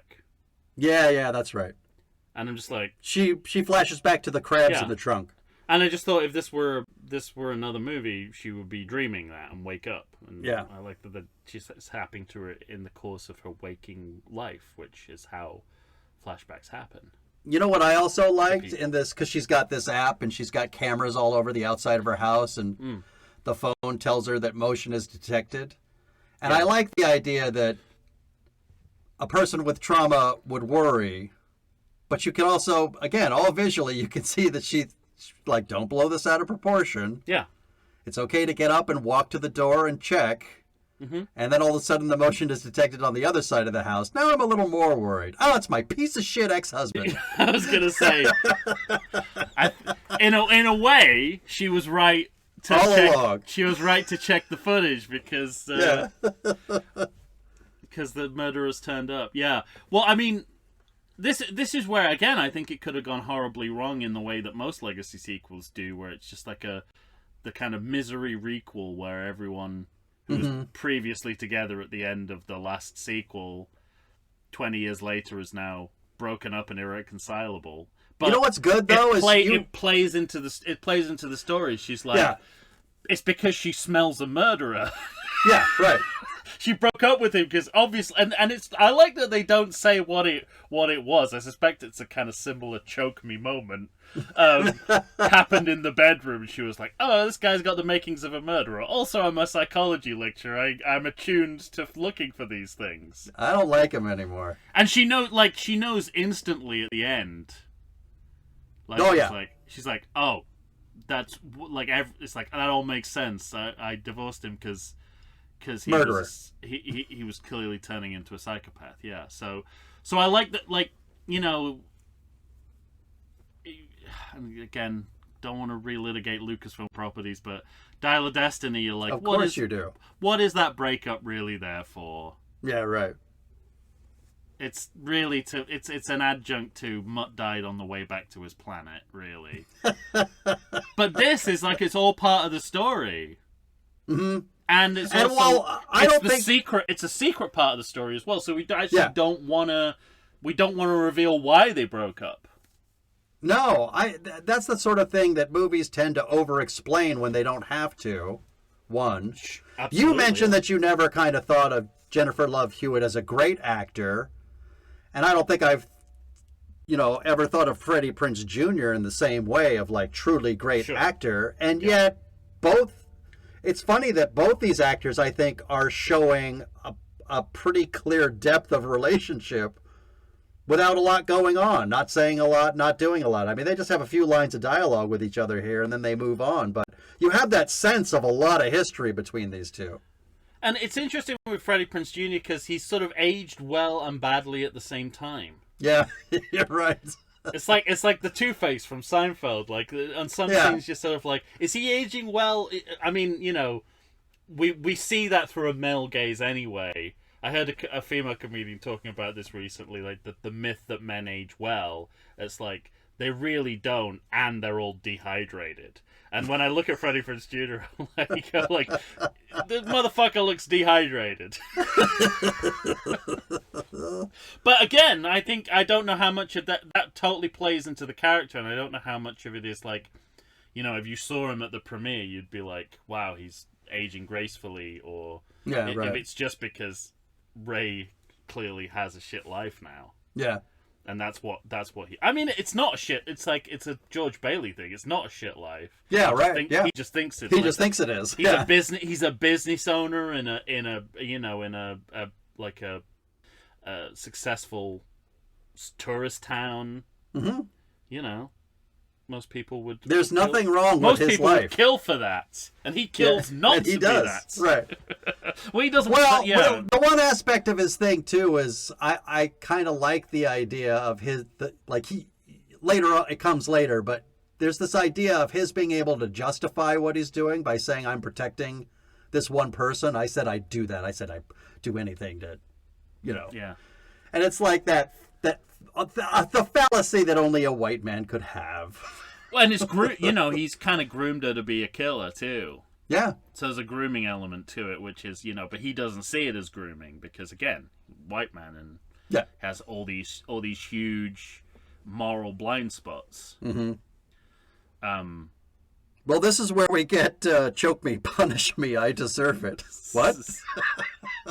Never mind. Which is also followed by and I think you said it as well. It's like, so the thing I don't like about it is I like that so retroactively, does that make the bisexuality part of the trauma response? If so, I don't like that. But what I like here is that, it would turn into kink. That's it. That's more interesting to me. And I think that's kind of that is less explored and more plausible. Well, I guess because in the bisexual aspect of it, I get it in the sense of maybe that was always there, but I never would have done it. I never would have made the leap without the trauma. Yeah. And then he gets a fitting death for how prudish He does, but I want to reacted. mention one other thing that I like about the scene Uh-huh. from a male perspective of Because it's two low-key beautiful people having sex. no, well, she That's says what I liked about it. she says the thing. She says the thing of, choke me, punish me, I deserve it. And his first reaction is like, let's take a break. Oh, yeah. Hang on, and that's different from certainly the Ray kind of male. Yeah. So I like that he recognizes that something else is going on, and that maybe they should take a step back. Yeah. And also in this scene, is it Danica who's taking Xanax? Yeah, I think so.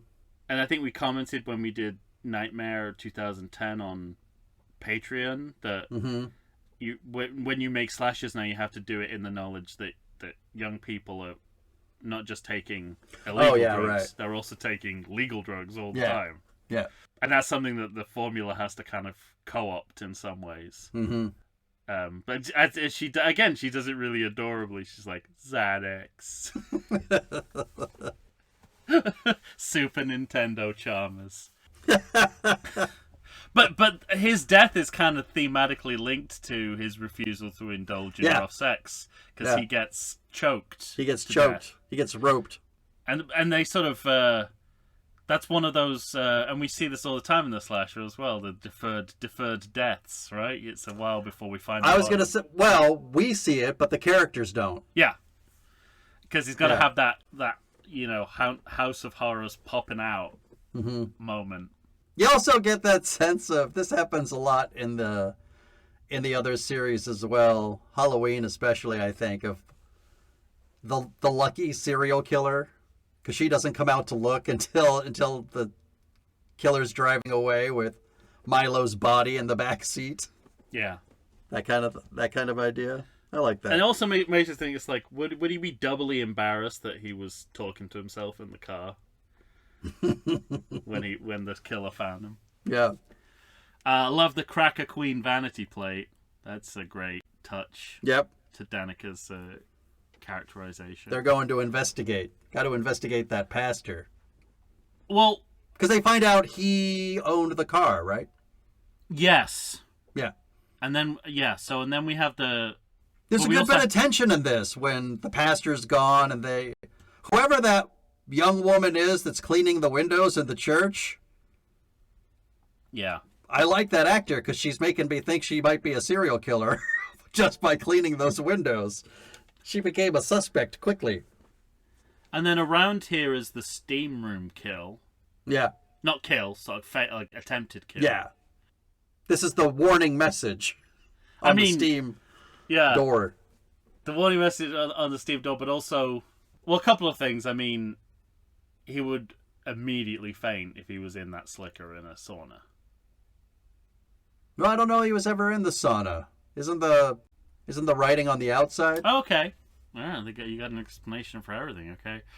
No, the writing can't be on the outside. You're right. The steam would be only on the inside. You got to write it on the inside. Okay. I know what kind of reversible glass you're working with. Yeah. Steam, like, Friday 8?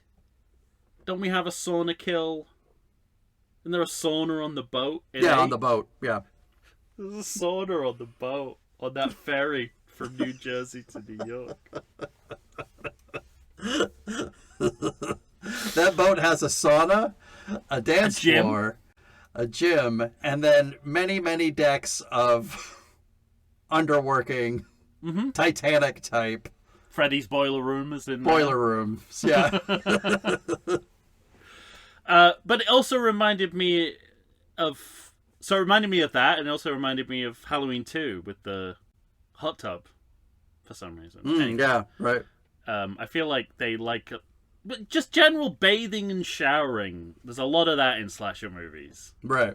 Anytime anyone's going into a room where they're bathing or showering, there's usually a killer lurking around. I suppose it's the vulnerability, isn't it, really? And steam, you can't see them. Yeah. Although, again, I think this would backfire on the fisherman if he went into a steam room in that slicker. Mm-hmm. Maybe that's why Freddie Prinze Jr. looks so dehydrated. Too much time in the sauna. And when fisherman tries to get Teddy in the scene after this. Oh, he does. And he first survives, and then he spits blood into the camera. What did you think of that? It seemed unnecessary. Yeah, I like the defiance of it. I like the fact that these because it reminded me pushovers. It reminded me of Halloween 4. What's the character's name? Is it Brady? The boyfriend? Wade? Huh? No. Oh no, that fuck off Wade is different. Yeah. Sure, let's say Brady. Anyway, whoever he is, when Michael Myers picks him up and he kind of defiantly spits off to the left. What's on her t-shirt? I'm trying to remember what's on her t-shirt. Oh, cops do it doggy style or something? No, cops do it better down here. Isn't there an arrow or something? Both of our guesses are way off. So off. Cops do it doggy style, and cops do it down here, and there's an arrow. And there's a picture of a train. Cops do it with handcuffs? I don't know. I can't remember. It's inappropriate, whatever it is. Sure. Hook through the neck looks good. Yeah. Doesn't look at all digital, which I assume it might be partially. Looks great. It looks good, though. And, it's not breakthrough anymore to do that as one shot, since Tom Savini showed the neck slashing all in one in the original Friday. But... Well, I think he does it even better in that Prowler, Yeah. It's amazing. But you got to make a choice now cinematically to show that in one. So almost, the choosing to do that is itself a big statement in a way. What do you think of that attack of Teddy where the fisherman is posing as a statue in front of a statue? I was hoping Teddy would be smarter. What the fuck is that? It's a very John Kreese move. Yeah, right. You remember when he comes out from his own standee? Yeah. Well, it's just a moment I loved, but I kind of also, there's this part of me that relished a little bit that Teddy gets killed only because Rocketeer comes out to see exactly how wrong he was. Yeah. And then gets his neck comeuppance. Mm-hmm. Well, my next note's about the Twin Peaks dream starring Sarah Michelle Gellar as Laura Palmer. Surprise cameo, especially the way the movie more or less told us we weren't going to see her, and then still made it happen. All I could think of was, does she really look that great still?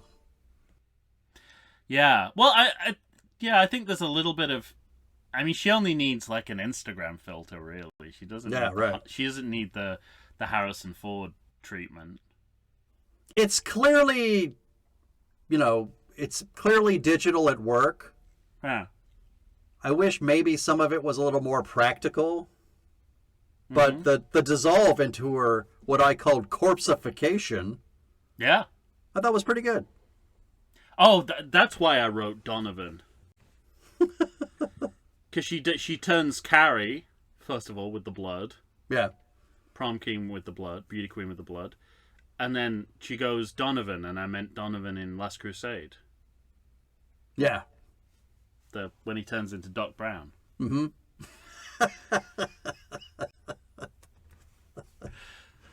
Yeah, and I think... It's truly a magnificent cup.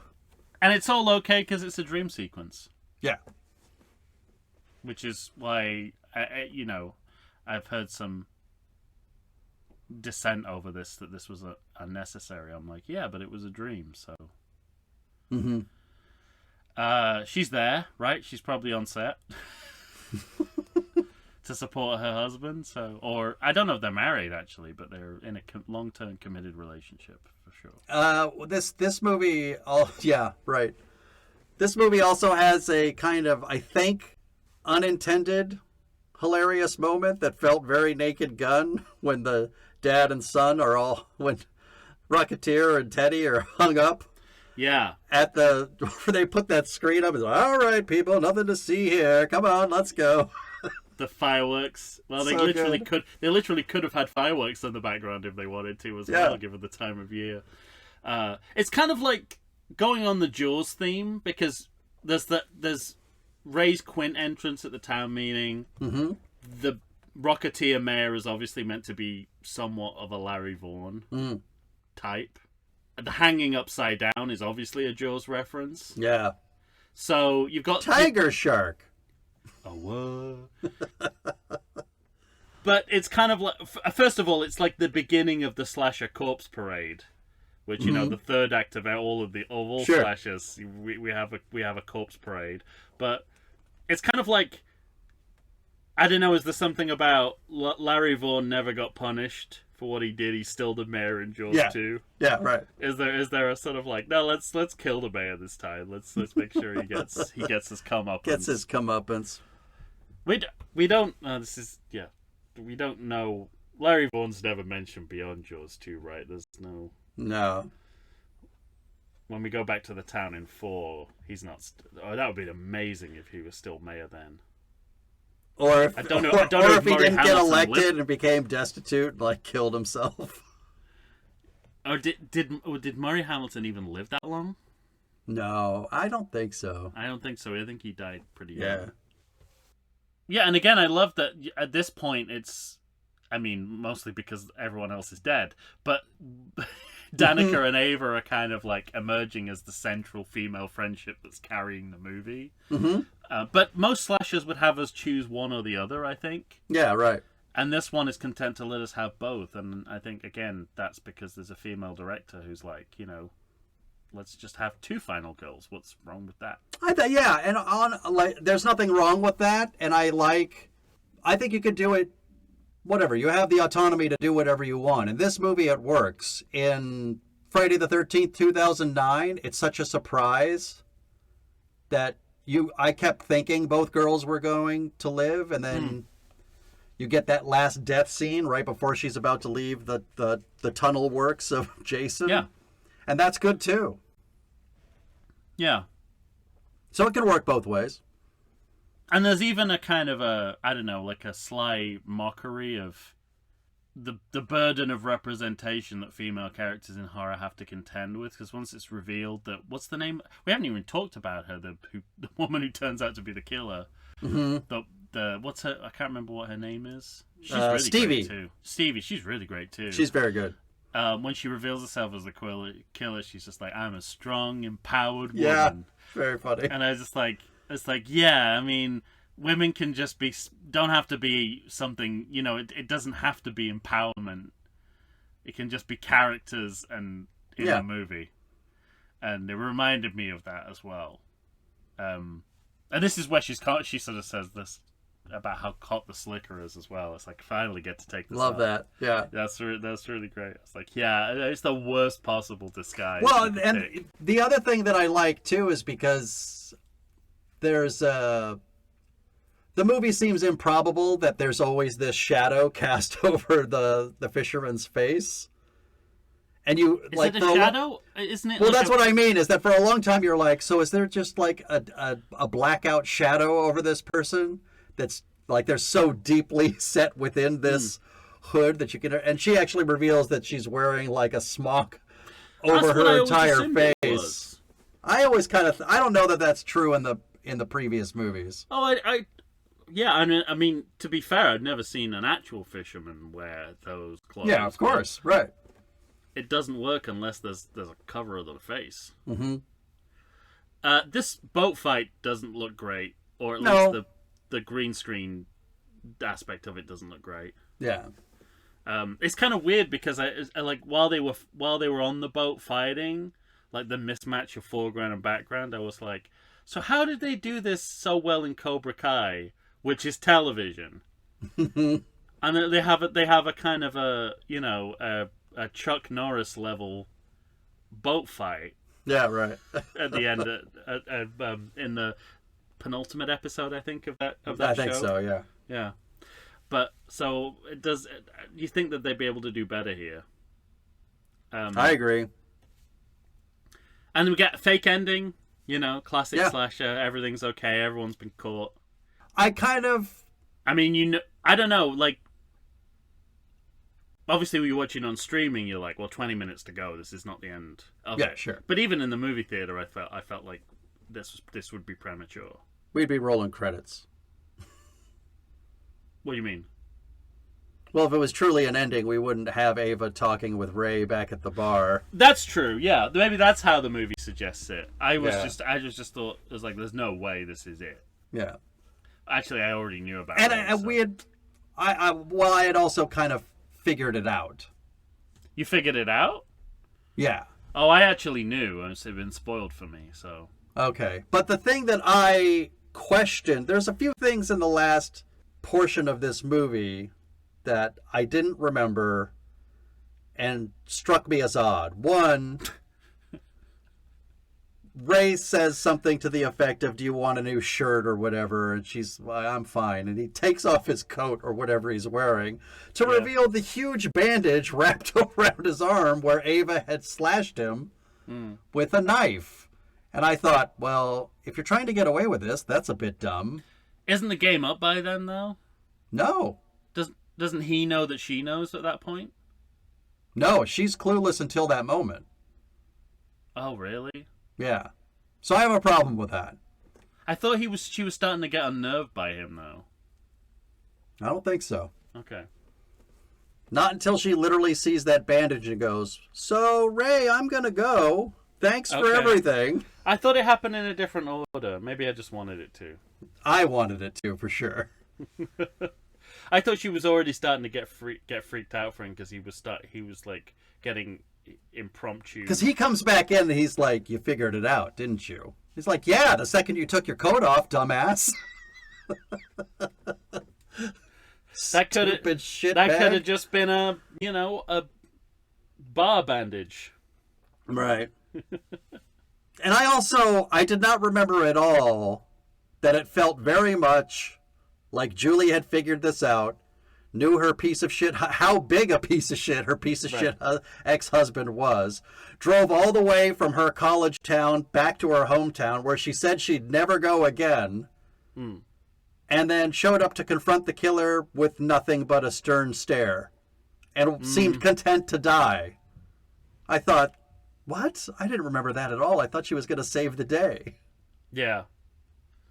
I like that she's actually using Google to search on the internet, though. That's good.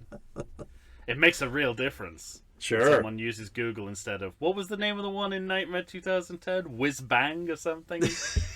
Some crazy like that. Rocket Man? What's it say? We laughed so hard about it. It's like launch your query or...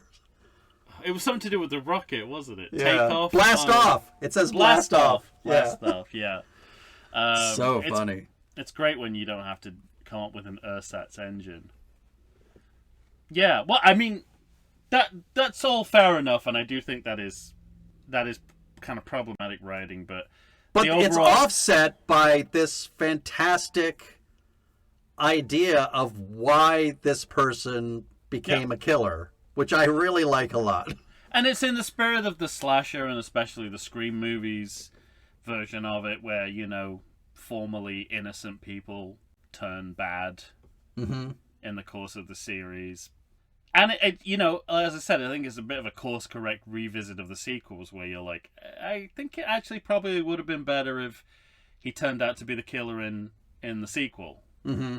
And they play with that for, 90% of that movie before he gets on the bus.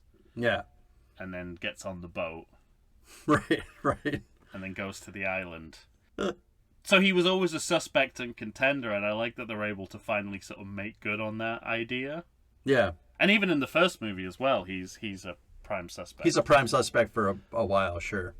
I mean, I think at some point he's in a fisherman's slicker, and they're just like, okay, it's definitely him. This is just my job, guys. Yeah. But I like the idea of a town changing around you and forgetting the trauma that happened to you and saying it didn't happen. And you're saying, oh, you say you don't think it happened? Well, let me show you how much it happened. I'm going to make it happen all over again. And it's the central fear of men of his generation. Yeah, sure. It's the idea that you're being erased from history, and that's exactly what's happening to him. Mm-hmm. And the the subsequent acting out in psychopathic ways, like Yeah. Reactions to wokeness, reactions to things getting better politically. It's all plausible that a dumb man would take umbrage to that and become a killer. Right, and we've seen it, I mean, people were killed at January 6th. Is this a line in the movie or just my note? Because I wrote, if only men went to therapy. No, that's a line in the movie, yeah. Okay. Well, before that, after Ray explains himself, and he also, brings in the idea of the Legacy sequel, like, Yeah. people were forgetting about that franchise, so right. I had to make them remember. I made my fan film Right. version, which is basically I'll always know what you did last summer. Mm-hmm. And Julie goes, "Who cares?" And I mean, that's the voice of curmudgeons like me who just want cinema to move on. Yeah. And so, like, no one cares about this series. Mm-hmm. And I think the problem is doing that in a Legacy sequel vehicle where you're kind of meaninglessly quoting iconic lines from the franchise. Yeah. As she does, where doesn't she say, like, "Come at I just me"? have. Oh, she says, "What are you waiting for?" What are you waiting for? Which is her line from the trunk, which she yells that out to the world. Yeah, that's right. She does yell it out to the world. It actually makes more sense in this context, I would argue. So there's a little bit of that built in, and I think it's smart. It's smart to have that discussion in this scene because that's exactly what bringing these characters back raise. Mm-hmm. Those are the kinds of issues that bringing back these characters raise, and I like that they choose to build it into the way in which he's reacting to the world. Into his motive. Yeah, into his exactly. He wants people to remember that. And I mean, like how close to the bone does this cut for Freddie Prinze Jr. Because he's not doing much else, right? And he hasn't really had the career of Jennifer Love Hewitt because it feels like she was always on TV working on something. She was on one version of. She was on one version of 911 for a while. Client List, is that a thing? Ghost Whisperer. Ghost Whisperer? Wow, I went for ages. Yeah, Client List sounds familiar, but I'm not sure if that's the exact title. The Garfield movies? Those were big movies. If you say so. They were. The Tuxedo with Jackie Chan. Ah. Do you know the story about Bill Murray doing the voice of that movie because he thought he was working for the Coen brothers? Hilarious. They don't even spell Cohen the same. Hilarious. They don't even spell Cohen the same. That's what happens when you do all your deals by answering machine. By phone, yeah. And it may have been a reshoot Game Day call, and there's a lack of realism to it, but it's important both women survive, I think. Mm-hmm. Like you might balk at her turning up on the beach. I think they I like the character enough that it doesn't bother me, and they have a good sense of comedy throughout this movie and in this moment where she's like 0 out of 10, 0 stars. Don't like everything that happened. I had the same thing. It's like a modern point of view on the slasher, and that's when you get the line of "men just went to therapy." Yeah, and that's a great line in so many ways. Not just because it describes the men as they're represented in this movie, but really in all slasher movies, all the way back to Norman Bates. Yeah, sure. Right. All that man needed was therapy. Mm-hmm. Because he was fine when he came out of the institution 20 years later. And then somebody decided to fuck with him. And then he decided to go back to... It was if someone... Well, fine. Yeah. Let me hit this old woman with a shovel.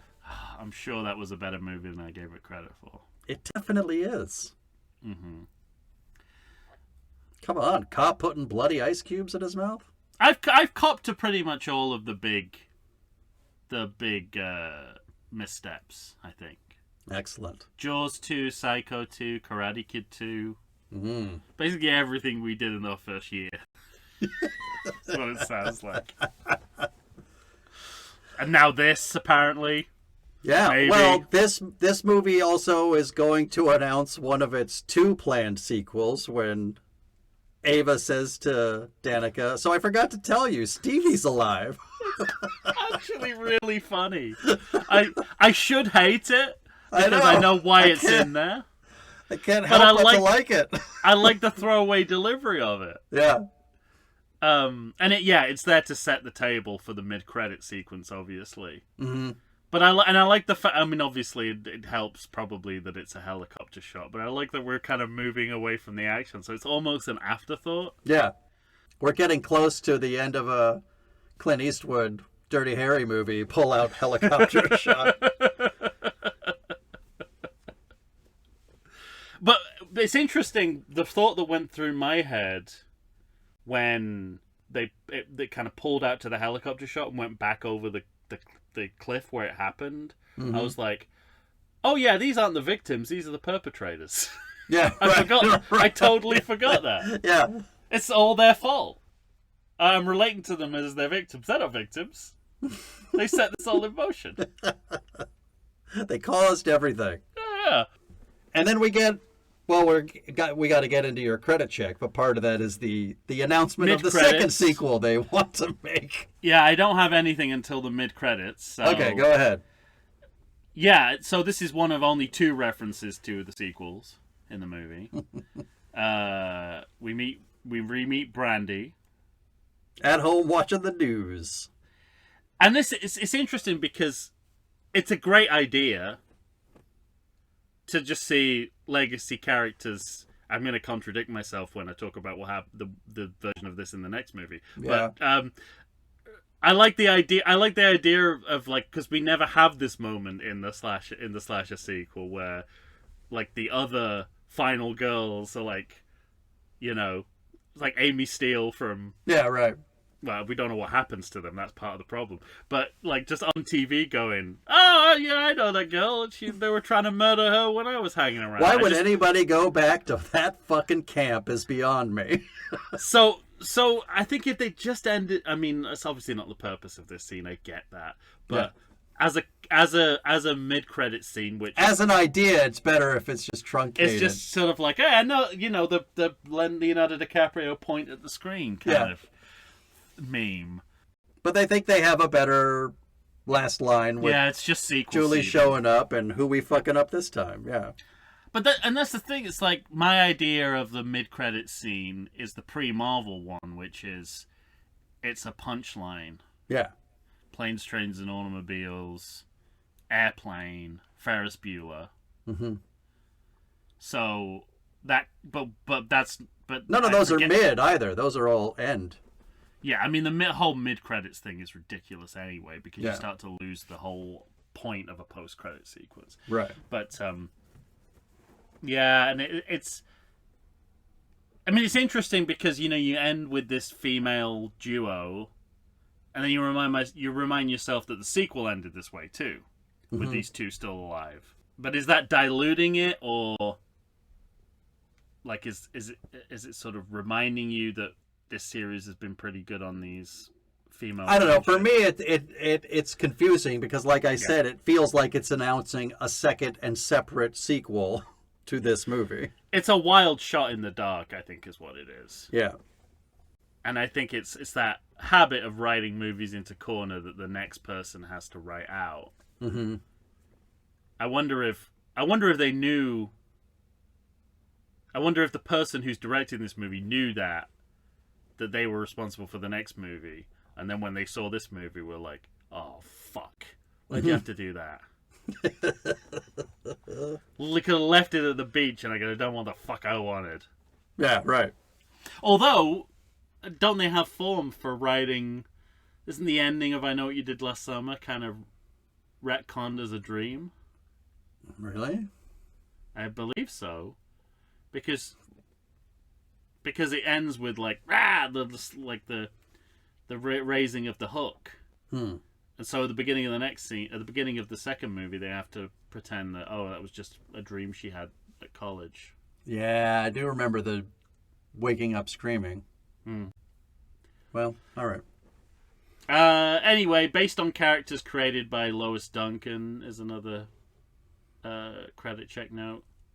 And just reminds you, she didn't even write this as a slasher, this story. Mm. So I would just imagine what she thinks of it now. She's probably dead. Didn't notice it during the film, but when you see the music part, it's all kind of orchestra sections, orchestral soundtrack. Yeah. How many of those still happen? But we've seen 2 of them in this series. Yeah.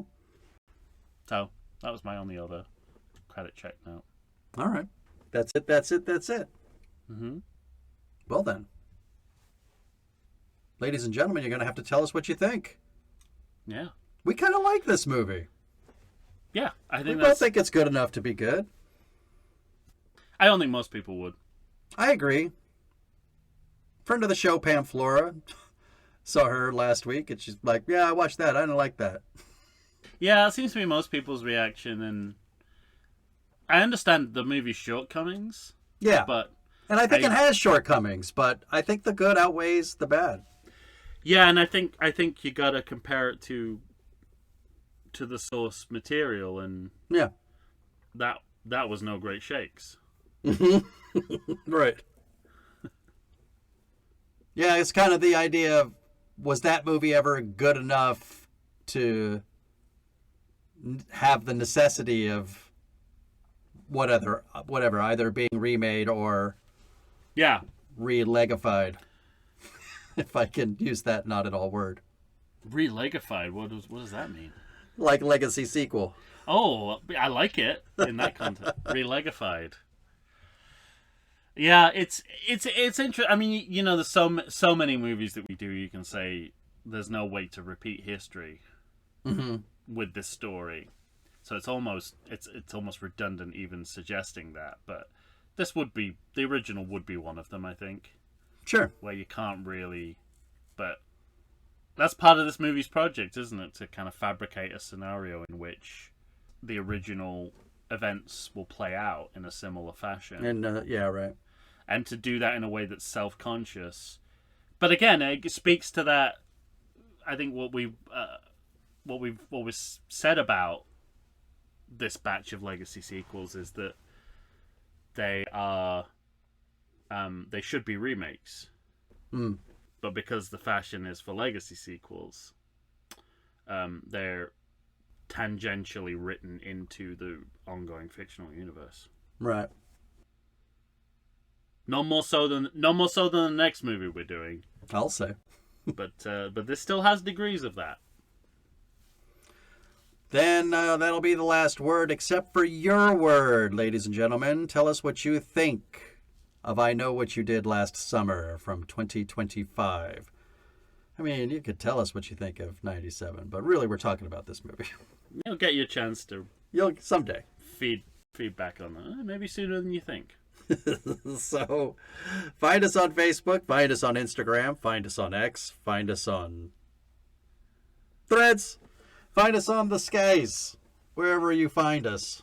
Do the thing. By the way, that wasn't an audio glitch. That happened in real. That was just a line. That was a line read that happened in real time. As always, forgetting what Threads is called. You won't have to remember it for much longer, I don't think. What do you think? It's fallen by the wayside? Are people not on Threads? I don't know. I think everyone who's on Instagram seems to be on Threads, so I don't see the point of both one or the of doing both. And Instagram is the stronger brand, I think. Agreed. This has been your social media corner.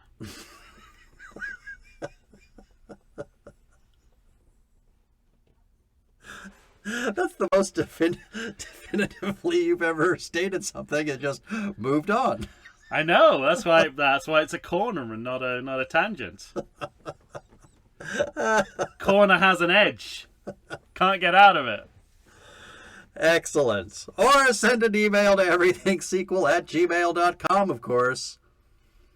All right, that's it. When you hear us next, we're going to be talking The Naked Gun. Mm-hmm. The last of these 4 legacy sequels. Last episode of the year, also. Yeah. All right. Look forward to that, everyone. For Tom Stewart of Lonesome Whistle Productions, Michael Shantz here. I'm from the How Dare You Awards. Tom, give them the line I know is coming. For reasons I won't get into, I wouldn't do that. I thought you were going to do the whole thing. Well, then I'd have to quote someone. Go to the Bahamas and fuck off. Yeah. Exactly. It doesn't really work on its own, but it was such a sublime moment. Oh, so good. Especially as a sequel podcaster. I was doing the Leonardo DiCaprio pointing at the screen in a movie theater going, You see what he just did? And everyone's like, I don't even know who that old guy is. It doesn't matter. What he's doing is good, and you should pay more attention. You know, I gotta say, it's a textbook example of how to acknowledge a sequel without letting it overwhelm what it is you're trying to do in this movie. Because he literally says, for reasons I won't get into. Yeah. So it's great. But yeah, I immediately put me in mind of him on, popping those pills on the bus down to